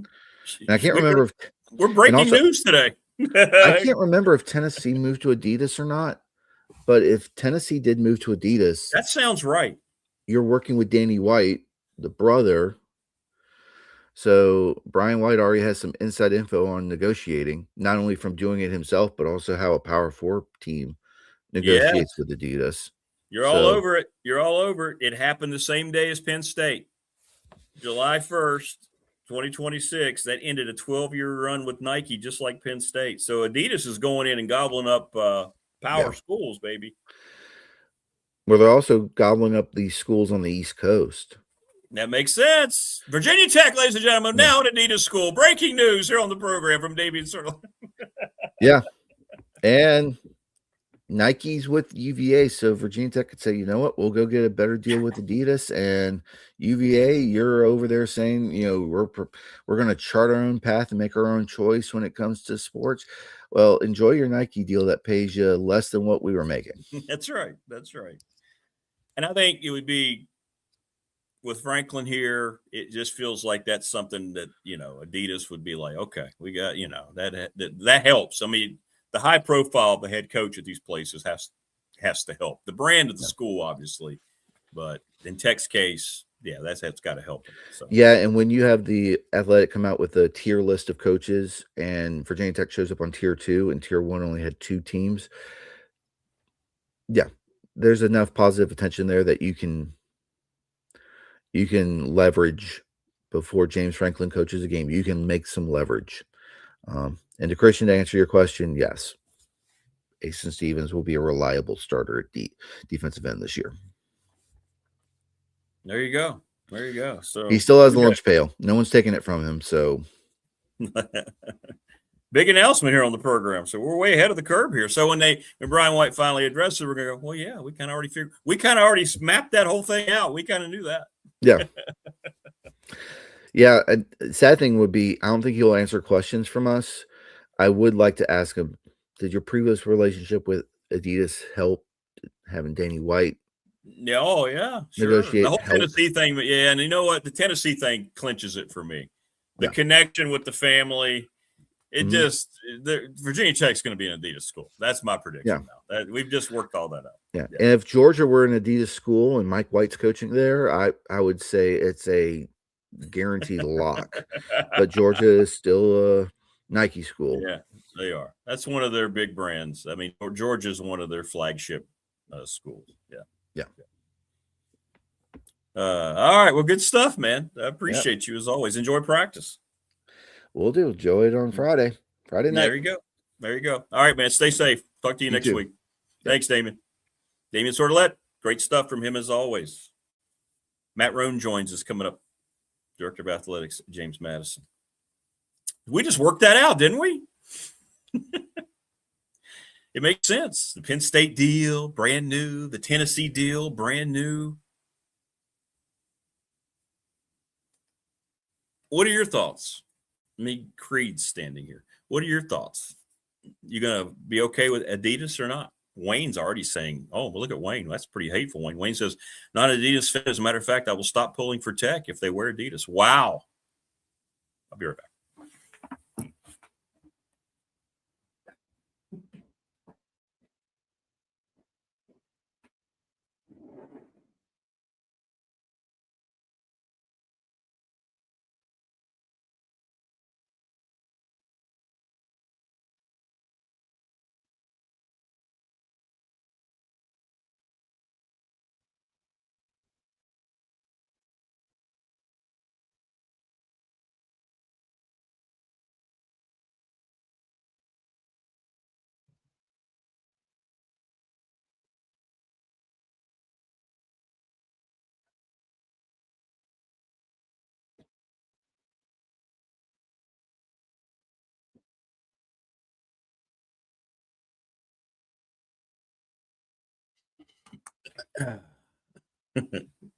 He didn't really say that.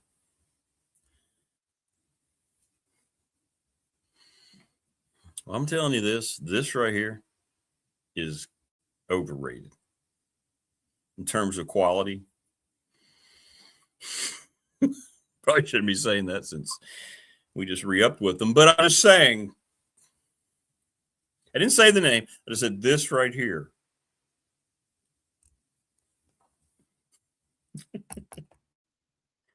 This is a bit overrated. Thanks to Family Fencing, sponsor of our studios, McClellan Chiropractic, sponsor of our chat room, Professional Door Incorporated, sponsor of our text line. Thanks to Sundown Electric. Thanks to the Ready Set Fund, NRV Super Bowl, Lawson's Mobile Home Supply, Louise Baker, National Bank, member FDIC, the attorney Ryan Pry in Radford, Little River Heating and Air, and of course, we're presented each and every day by Pulaski County Sports and Entertainment. I have two pair of Adidas, and honestly, they are more comfortable than my Nikes. You can see that.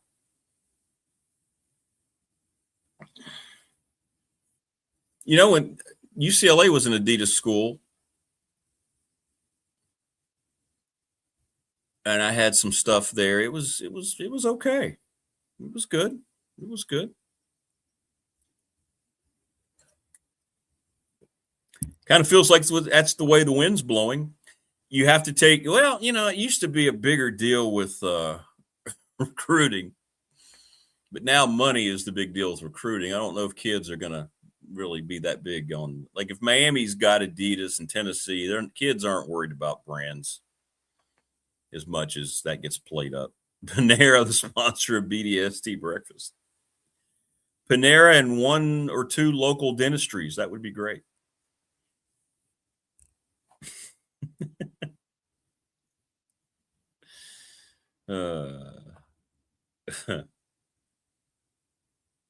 Matt Roan joins us next.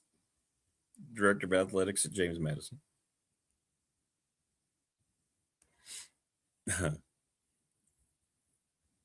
Yeah, it's really all about, whatever kind of financial deal they work out.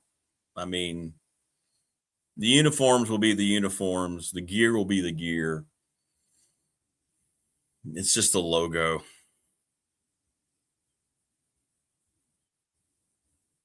Village Idiot says, I'm so glad Missouri got ranked in the AP.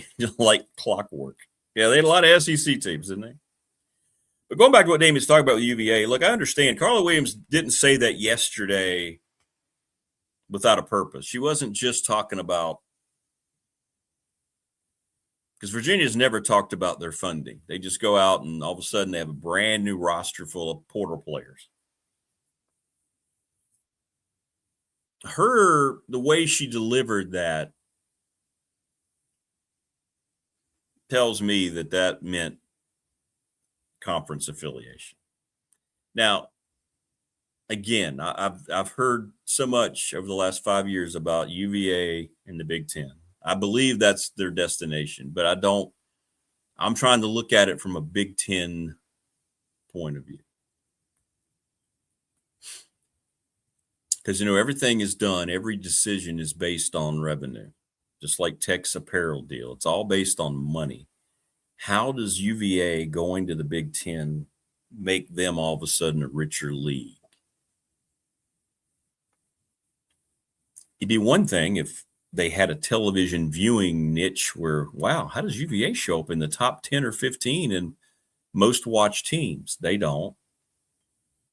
It'd be one thing if they filled their stadium, as small as it is, with just these fired up, crazy fans. But they don't. And I'm going to say this too. You're supposed to never say never. I never foresee UVA fans embracing the football program. I don't ever see that becoming a thing.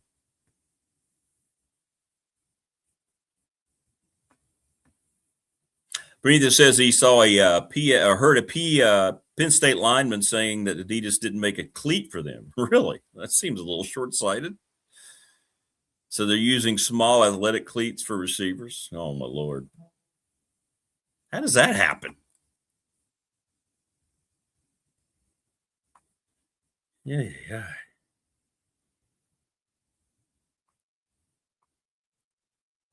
Is that what it is? Coach Elmo just said they're the University of Virginia. That's why. That kind of thing means something pretty big to them. Besides, we don't know what it's all going to look like anyway.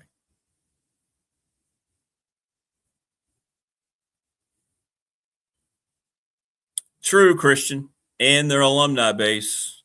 There's a lot of rich folks. Doctors, lawyers, and the like.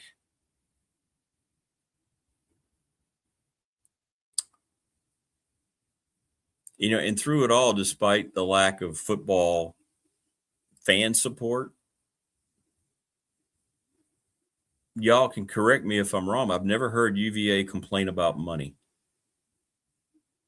I've never heard UVA having to go into what Virginia Tech made very public about not having enough money and who have to go and make a special presentation to the board about this is how far we are behind. I've never heard about any of that out of Charlottesville. Unless I just missed it. But David Teal, covers this league. He knows everything about the inner workings of all these places. I've never heard him talk about how UVA's got a money problem.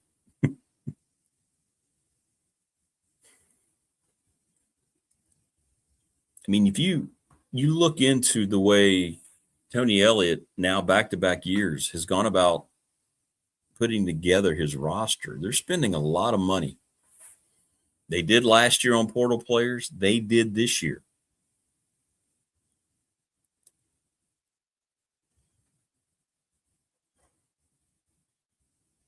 You know, he's not going to change the way he's going about doing his roster construction.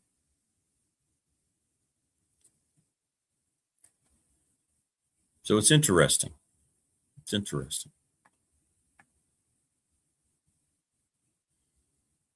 Wayne says it needs to benefit the league by apparel purchases, ratings on TV, and benefit the conference. And that's the thing. Yeah, TV networks, are they clamoring for UVA?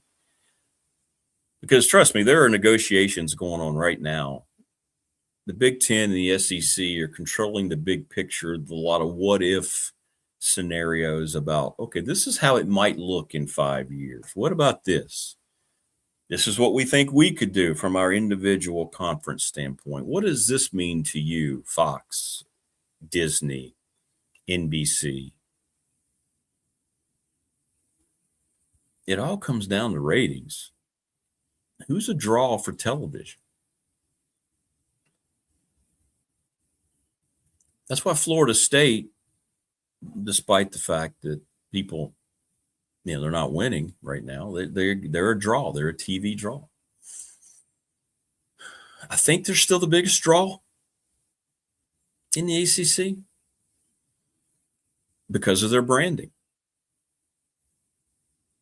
And that's the name of the game now. It's the television deal is going to be such an absolute cog in this whole expansion financial future that you would think that the decision to add a program that does very little in that regard would be counterproductive. But I don't know all the details. There's a lot of incentives there. Now I'm getting a ton of people on the professional door text line. Does this mean Tech's got nowhere to go? No, it doesn't mean that at all. We're just specifically talking about UVA. And Carla Williams, I think yesterday was foreshadowing some things, kind of like a movie teaser. That wasn't just a typical, hey, we're going to invest more money, or she would have worded it that way. She said that the choice is ours now, and nothing's happening by chance. The future of UVA athletics will be decided by our choice. Now that's a pretty robust statement, in my opinion. But regardless of where they go, people aren't all of a sudden. Now, maybe, does it help them if Ohio State and Michigan are coming in to Scott Stadium? I don't know. The travel part that Damian brings up always comes into play. They're going to have no rivals there. Bringing Carolina with them, is that enough? No, it's not going to be enough.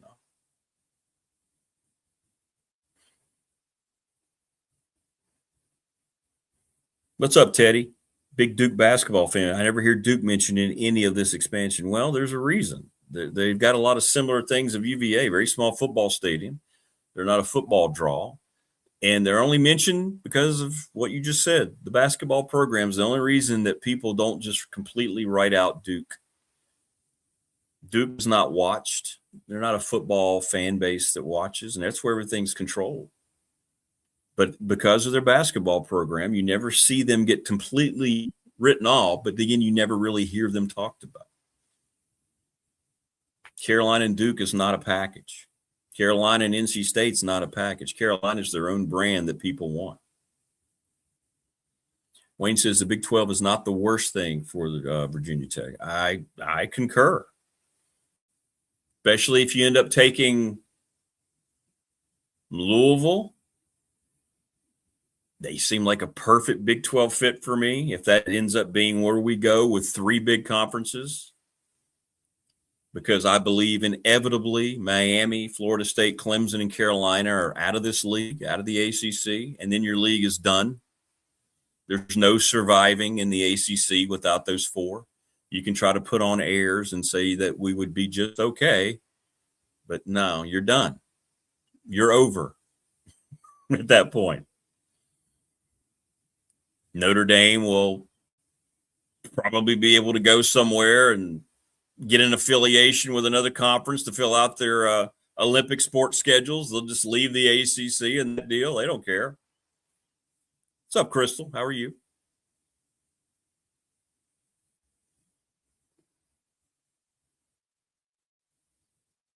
But I've never thought that Tech would be left out. Now, I've had some people say, well, you might be wrong about that I've talked to, that they're not sure, which is why they're doing all this. But it's always just felt like there's too much there to just leave them out.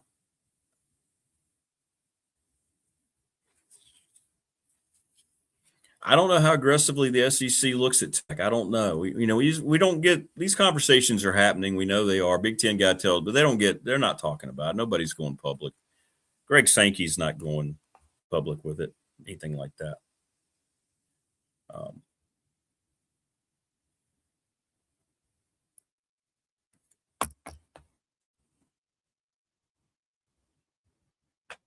But knowing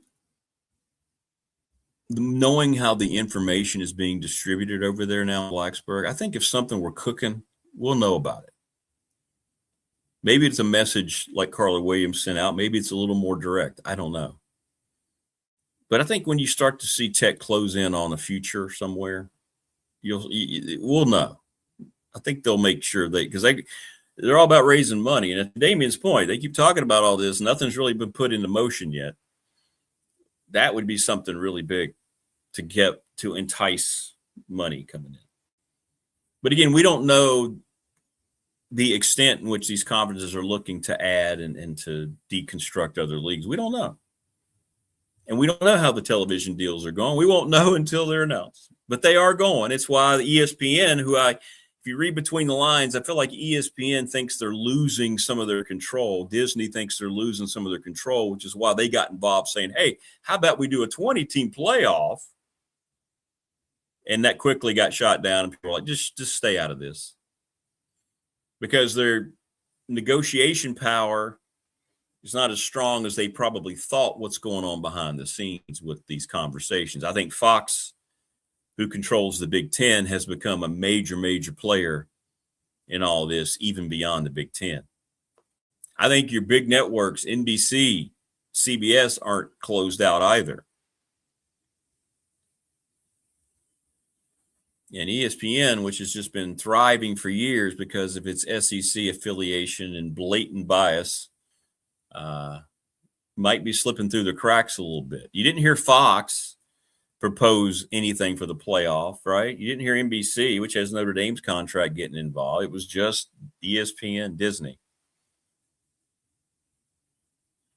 You wouldn't be suggesting something if you felt good about your position of negotiation. So maybe we've gotten a couple of key things happen over the last couple of weeks that if you just broke them down and looked at it, maybe we're being told things that we're not seeing clearly. But any event, we always see this gentleman clearly whenever he joins us on the program. He is Matt Roan. He's the director of athletics for the James Madison Dukes. What's going on? How you doing, Matt? Rick, it's good to see you. Yeah, you can see me clearly because my big butt, it's hard to miss me in the screen right here. So. That's not what I was inferring. That's what you meant. That's what you meant. I know. That's right. Hey, it's football time. I know that's something you're very, very excited about. And what's the fervor? I've been seeing a lot of highlight footage from James Madison practice. What's the mindset down there, man? What's the energy level? Yeah, camp, it's hard to believe, right? Camp breaks this weekend. Kids go back to school next week, and so you're now in kind of game week. Luckily, you really kind of get 2 weeks of that to prep for a really, really good Liberty team that comes in here on week 1. But, I go all the way back to December, right? We hired Coach Napier. He built a staff. He built a roster, had a good spring, good summer. And I think training camp has continued with that, right? We have a lot of excitement. We think we're a very talented team. We think we're a team that's coming together through spring, summer workouts and now training camp. And I have optimism that when we take the field on September 5th, that we're going to be the best version of ourselves at that point. And obviously, you want to continue to get better, but we've got a bunch of good guys between the lines. We got a bunch of good guys manning the sideline. A lot of optimism here in JMU. Well, as it should be. And I would think, obviously, with the success last year, you're always going to be the first team from the Commonwealth to make the college football playoff. That's right. Never going to change. That if you need new players, if you needed to go out with a new staff, and I mean, that momentum had to carry through and benefit greatly, right, for the guys? No, it did. We, we didn't lose a lot of people that we wanted. And we certainly didn't lose them to people that we were competing against. And what I mean by that is, I think in the month of January, we had, let's say, and I'm going to do a round number, 70 official visits over 4 weekends. We connected on 50 or 60 of those. It's what they call the hit rate. But if we could get a kid to campus that we wanted, we put them through a 2-3 day official visit. That kid ended up committing to us. And we weren't losing them to people in the Sun Belt. We weren't losing them to people in the G6. We might lose one late to an ACC school, a Big 12 school. But competing with our competition and recruiting just like we do on the field, our hit rate was incredibly high. And we were able to get the people in this program that we want to get. And I think, credit to Coach Chesney and Coach Napier. Again, Billy calls it a cheat code all the time, right? That 2 weeks that they were able to spend with one another was critically important. I think Billy was able to shed some light with Bob to say, hey, here's what you're going to expect or you need to expect at UCLA, the same way that I had to deal with this at Florida. And then Bob was able to tell Billy, hey, here's what you need to expect here, right? Here's what makes this place tick, what makes it go. Here's where we found success. And when we recruited, we didn't lose sight, even with the CFP piece and knowing that it was going to introduce us to I think a new level of recruit, right? We got our highest ever. We flipped a kid from Colorado on signing day that was committed to Colorado, flipped to us, a 4-star recruit this past cycle. But we didn't lose sight of the junior college kid, the D3 kid, the D2 kid, the FCS kid, the group of 6 kid that has gratitude for being at JMU, right? And that's something that we believe in. We want kids that when they come to our place to have an appreciation and say that we're doing them a favor as opposed to the other way around, right? There's no entitlement. And I think that's going to translate to the field as well. You've always been among your many strengths an athletic director that's been able to raise funds, raise money. You did it at your previous spots. You've done it at JMU. How has that enhanced? And I won't ask for numbers or anything like that, but how is going to the playoff and that national exposure now? You're now a national program. How has that helped in that regard?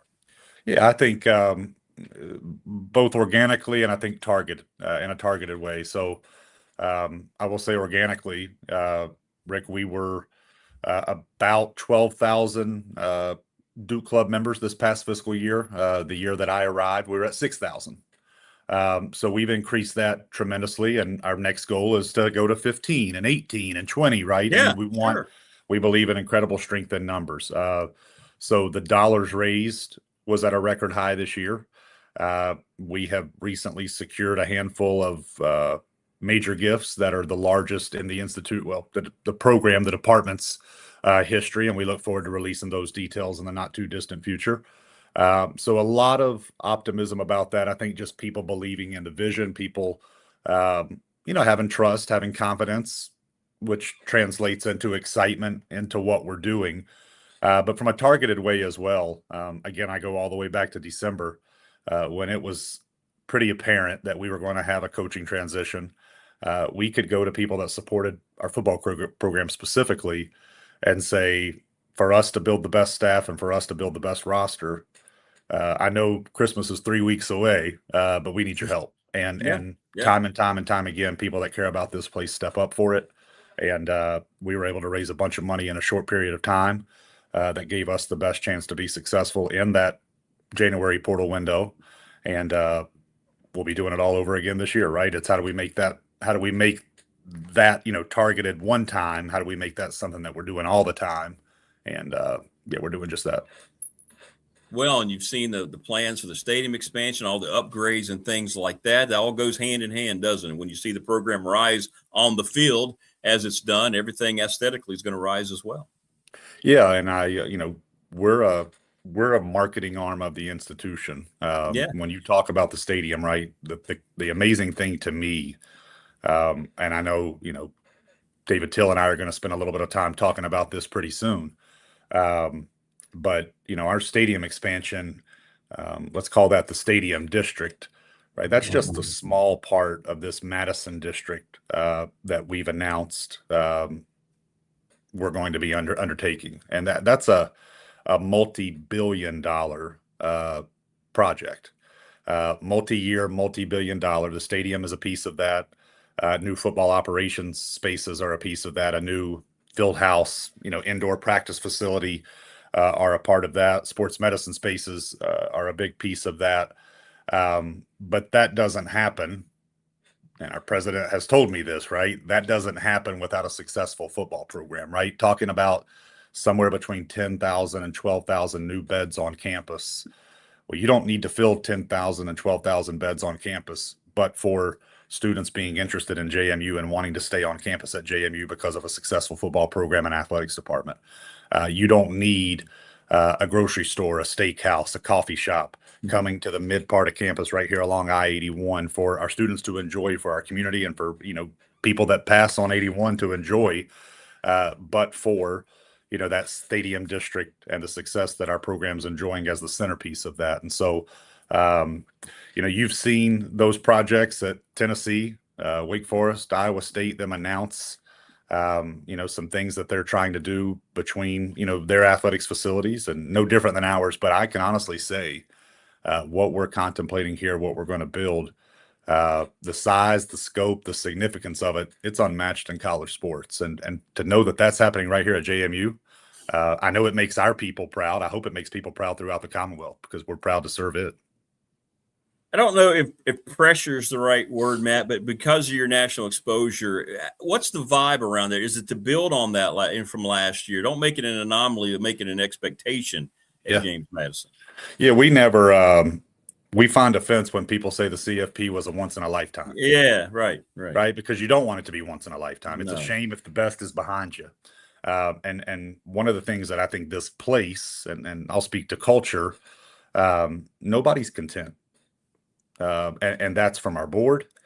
That's from our president. That's to me. That's our coaches. That's the people. Again, I've talked about vertical alignment a ton.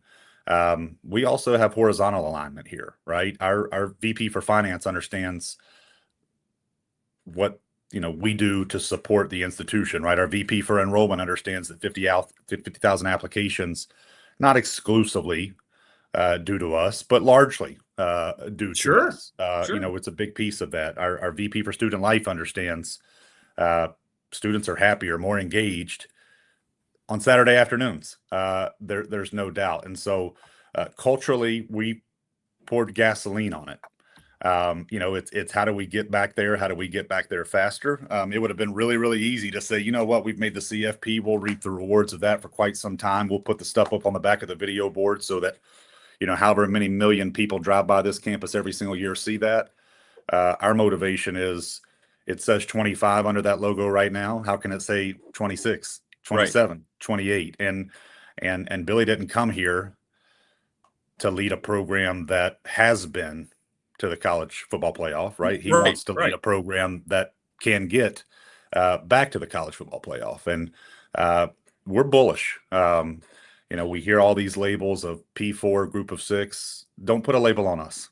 We're going to act unlike anybody else. We're going to be a trailblazer. We're going to carve our own path. We're going to be disruptive. We're going to be scrappy. And that's what works for this place. If the playoff expands, I guess when it does, not if it does, there's been a lot of speculation. Some people were trying to say, well, this helps non-power schools and all that. But how do you think it does does it affect you better going forward? Do you think a program like James Madison, who expects to be in that conversation year in? Yeah. I will say, I don't pay a lot of attention to 12, 16, 20, 24. Frankly, as long as the number one remains, right? If there's an access point for us to get into it, it's good enough for us. All we ask for is a chance to compete truly compete for a national championship. And look, we'll be the first person to tell you, or the first place to tell you, it's hard. We went 12-1 going into Oregon last year. When you take the field on a Saturday night in Eugene and Autzen Stadium, it was tough. But that's not a P4G6 thing. There's a lot of programs that go into Autzen Stadium in Eugene, Oregon on a Saturday night, and they do a lot worse than we did. And we had really one quarter that really separated that game from being what we thought it was to what it ultimately was. But no, I think as long as that number one remains, and what I mean by that, again, is there's that access point for us. There's that access point for the champion of the American or the Pac-12 or, the Sun Belt, the MAC, you name it, Conference USA, Mountain West, right? All six of us. As long as there's that spot where the best of us can get in and prove on a national, if not global stage, for 60 minutes, let's see how it goes. That's good enough for us. No, that's a great answer. I like that. Yeah, as long as that doesn't, you got your opening there, right? Yep. It doesn't matter if they expand it out so much. Your opening's not going to change, and why not? You're going to be the ones knocking through that opening. Yeah. So Now I'd love for that number one to be 2. There's no doubt about it, right? You always want better odds, but give us a shot. Give us a shot. What do you like best? You know the game so well. What do you like best about the team? What you've seen on the field? What stands out to you about this squad, the first one under Coach Napier?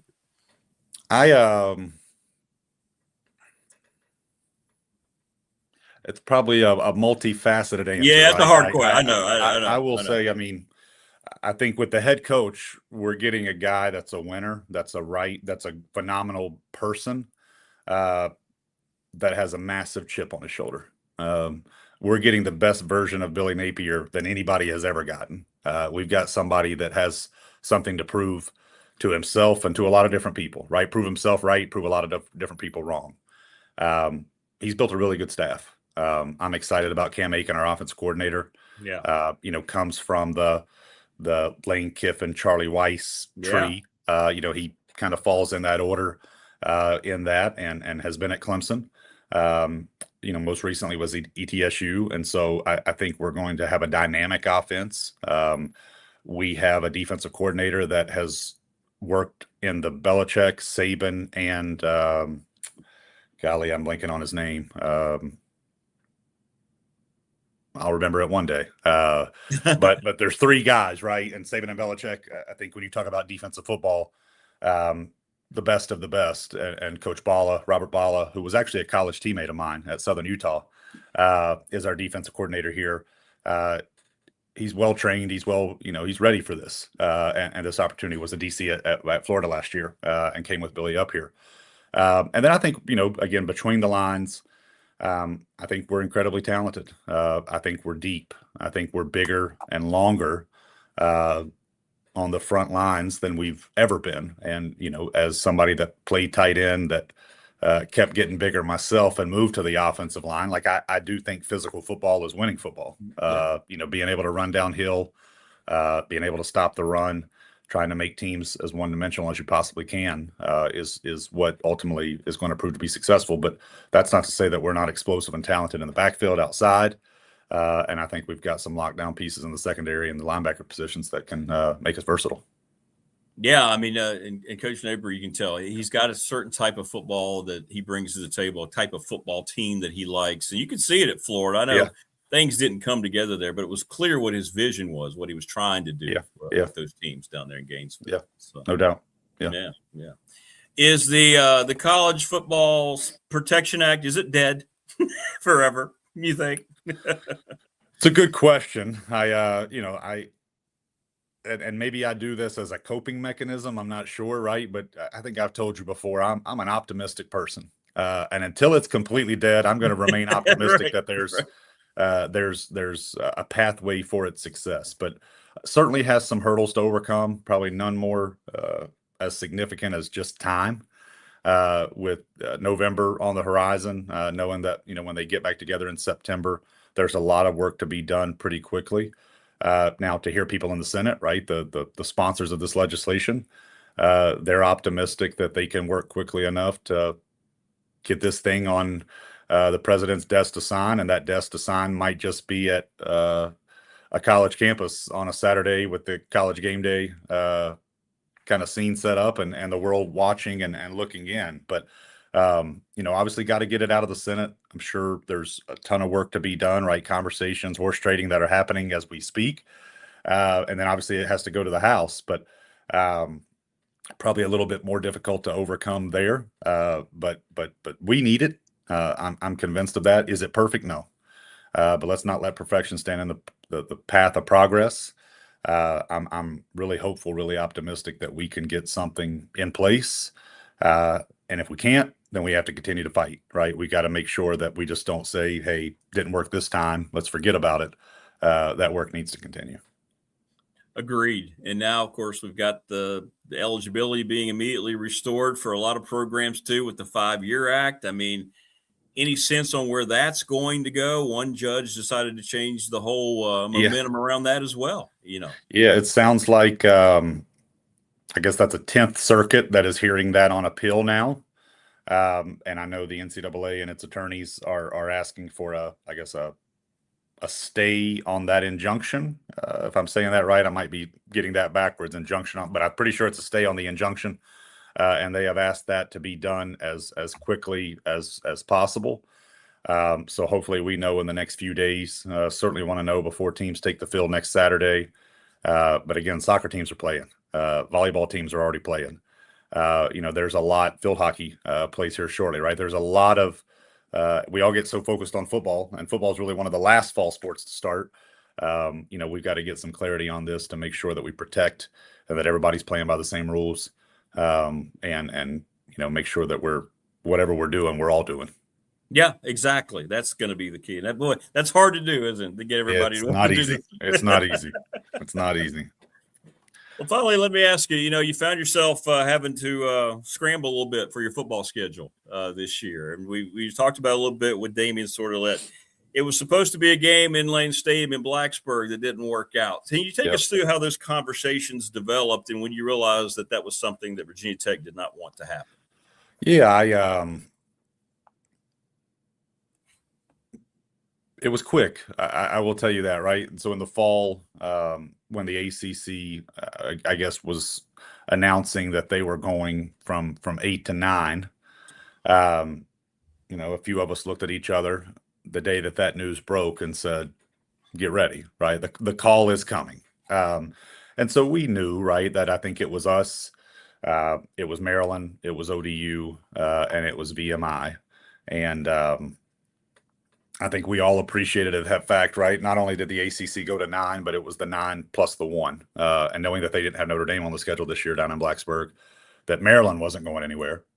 I think you kind of figured that VMI was not going anywhere. And so then at that point, it's just process of elimination.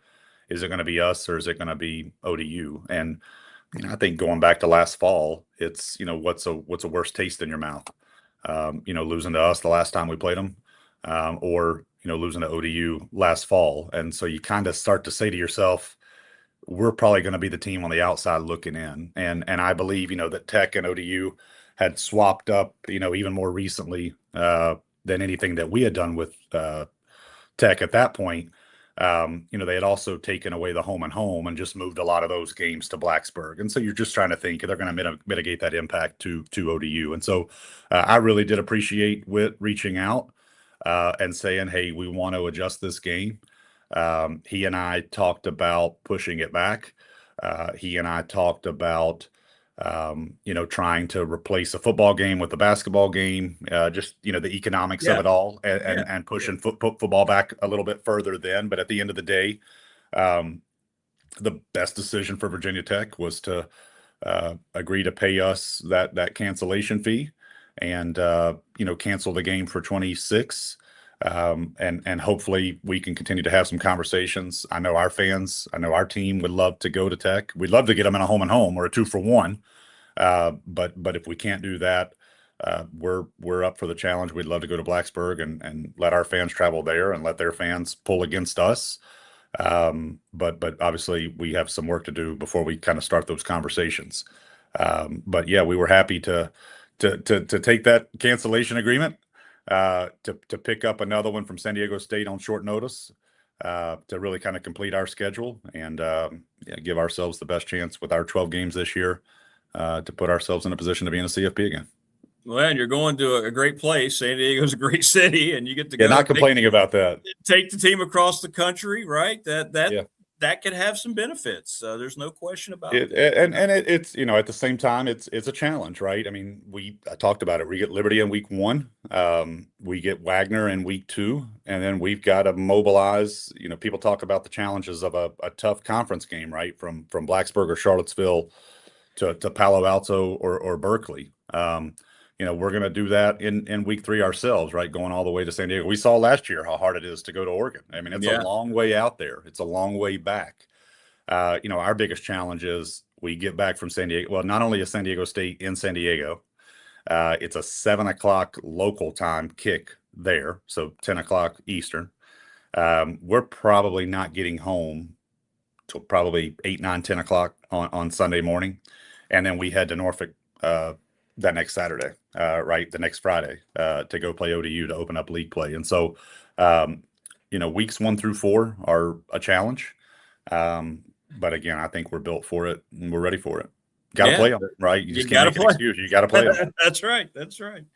Well, this program is well positioned to absorb every bit of that. And you've earned it. You deserve it. You deserve that opportunity. And it's going to be fun to watch you following up. And I know how excited everybody is. As Christian has said here in chat, Matt, you're one of the best athletic directors in the country. There you go. The peeps recognize what they're seeing. So I don't think I know Christian. I'm probably related to him if he's saying that about me. So the names don't match up. I don't think so. I appreciate the comment. Rick, there hadn't been any mafia people from Lebanon on here this morning, have there? No, not that I'm aware of. I don't think so. If that happens, I'll let you know. That was good. Going back to that San Diego State trip, right? I mean, you talk about it. I go back to the culture piece. We don't feel sorry for ourselves. You got to play those games, and nobody's going to say, "Oh, they had to fly out here," or they got back here late on a Sunday morning, right? We've got to go. We've got to compartmentalize. This team has gone. Previous teams have gone into Logan, Utah, and won football games. We got to go a little bit further to San Diego, California to win a football game, and then kick things off and try to get to 1-0 and Sunbelt play the following week. But September is important because it sets you up for the potential of October to play meaningful games in November. And I think I told you recently that I was asking Coach Napier not too long ago, right? What's your favorite time of year as a college football coach? And it's November. I love to coach in meaningful championship, implicating football games, and that's the goal every single year. Yeah, absolutely. And I believe that's going to happen for the Dukes here in 2020. I hope so. Yeah, let's plan on it. Yeah, absolutely. Let's make plans. Yep. All right, brother. Great stuff, man. Appreciate you as always. I appreciate you. And I guess for everybody back there, it's high school football season too, right? A week from Friday. Support everybody. Night. When Dobson Stadium and is it Lindbergh Stadium in Radford, when those are full, that's good things, right? There's nothing more special than high school football as a player and as somebody that absolutely loves it. So I hope people back there will get out and support it the way that they used to. And I feel like an old head saying that, but no, it's true. Got to fill those stadiums up. Yeah, we need that realization that nothing brings the community together more than football Friday night, high school football Friday nights. That's just the way that is, and that's the way it should be. No doubt. It's a community builder, and it impacts those kids more than you realize it does. Exactly. All right, my friend. Appreciate you, man. Appreciate you. We will see you next month. All right, we'll talk soon. All right, see you, buddy. That's Matt Roan, Director of Athletics at James Madison. Terrific as always. Great answers to those questions. He sees the bigger picture, what's going on with collegiate sports. And there you go. Going to have a good 2026 season. No doubt about it. That guy is going to be a Power 4 athletic director very, very soon. And Christian, you're right. He's absolutely one of the best athletic directors in the country. Yep. Absolutely. And he's earned every bit of it. He's at his third stop. He's changed Nickel State into a financial, now a program that raises money, that makes money and wins. Eastern Kentucky.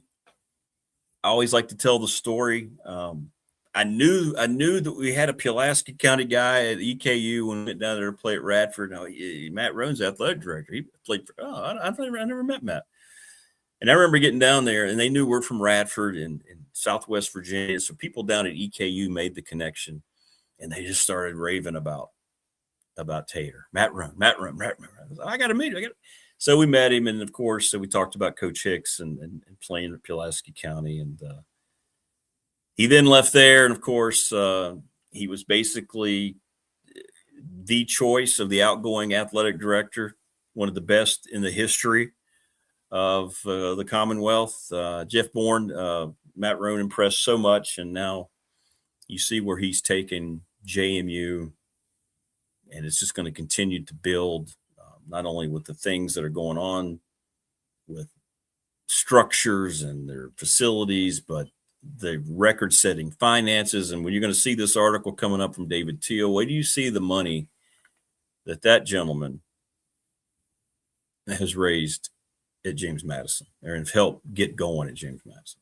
That's a program that's not going away. And as long as he is there, the Dukes are a problem for a lot of people. All right, good stuff today. I hope, again, David, we're thinking about you. I know you're not watching now, but we will get you on again in a later time. And tomorrow on the program, we're loaded again, man. We got David Smith. We've got Andy Bitter, Todd Grantham, Dwight Vick. Jeez. Subscribe, like, and share. Enjoy your Wednesday, everybody. Hope we made it a little bit better, and we'll see you tomorrow.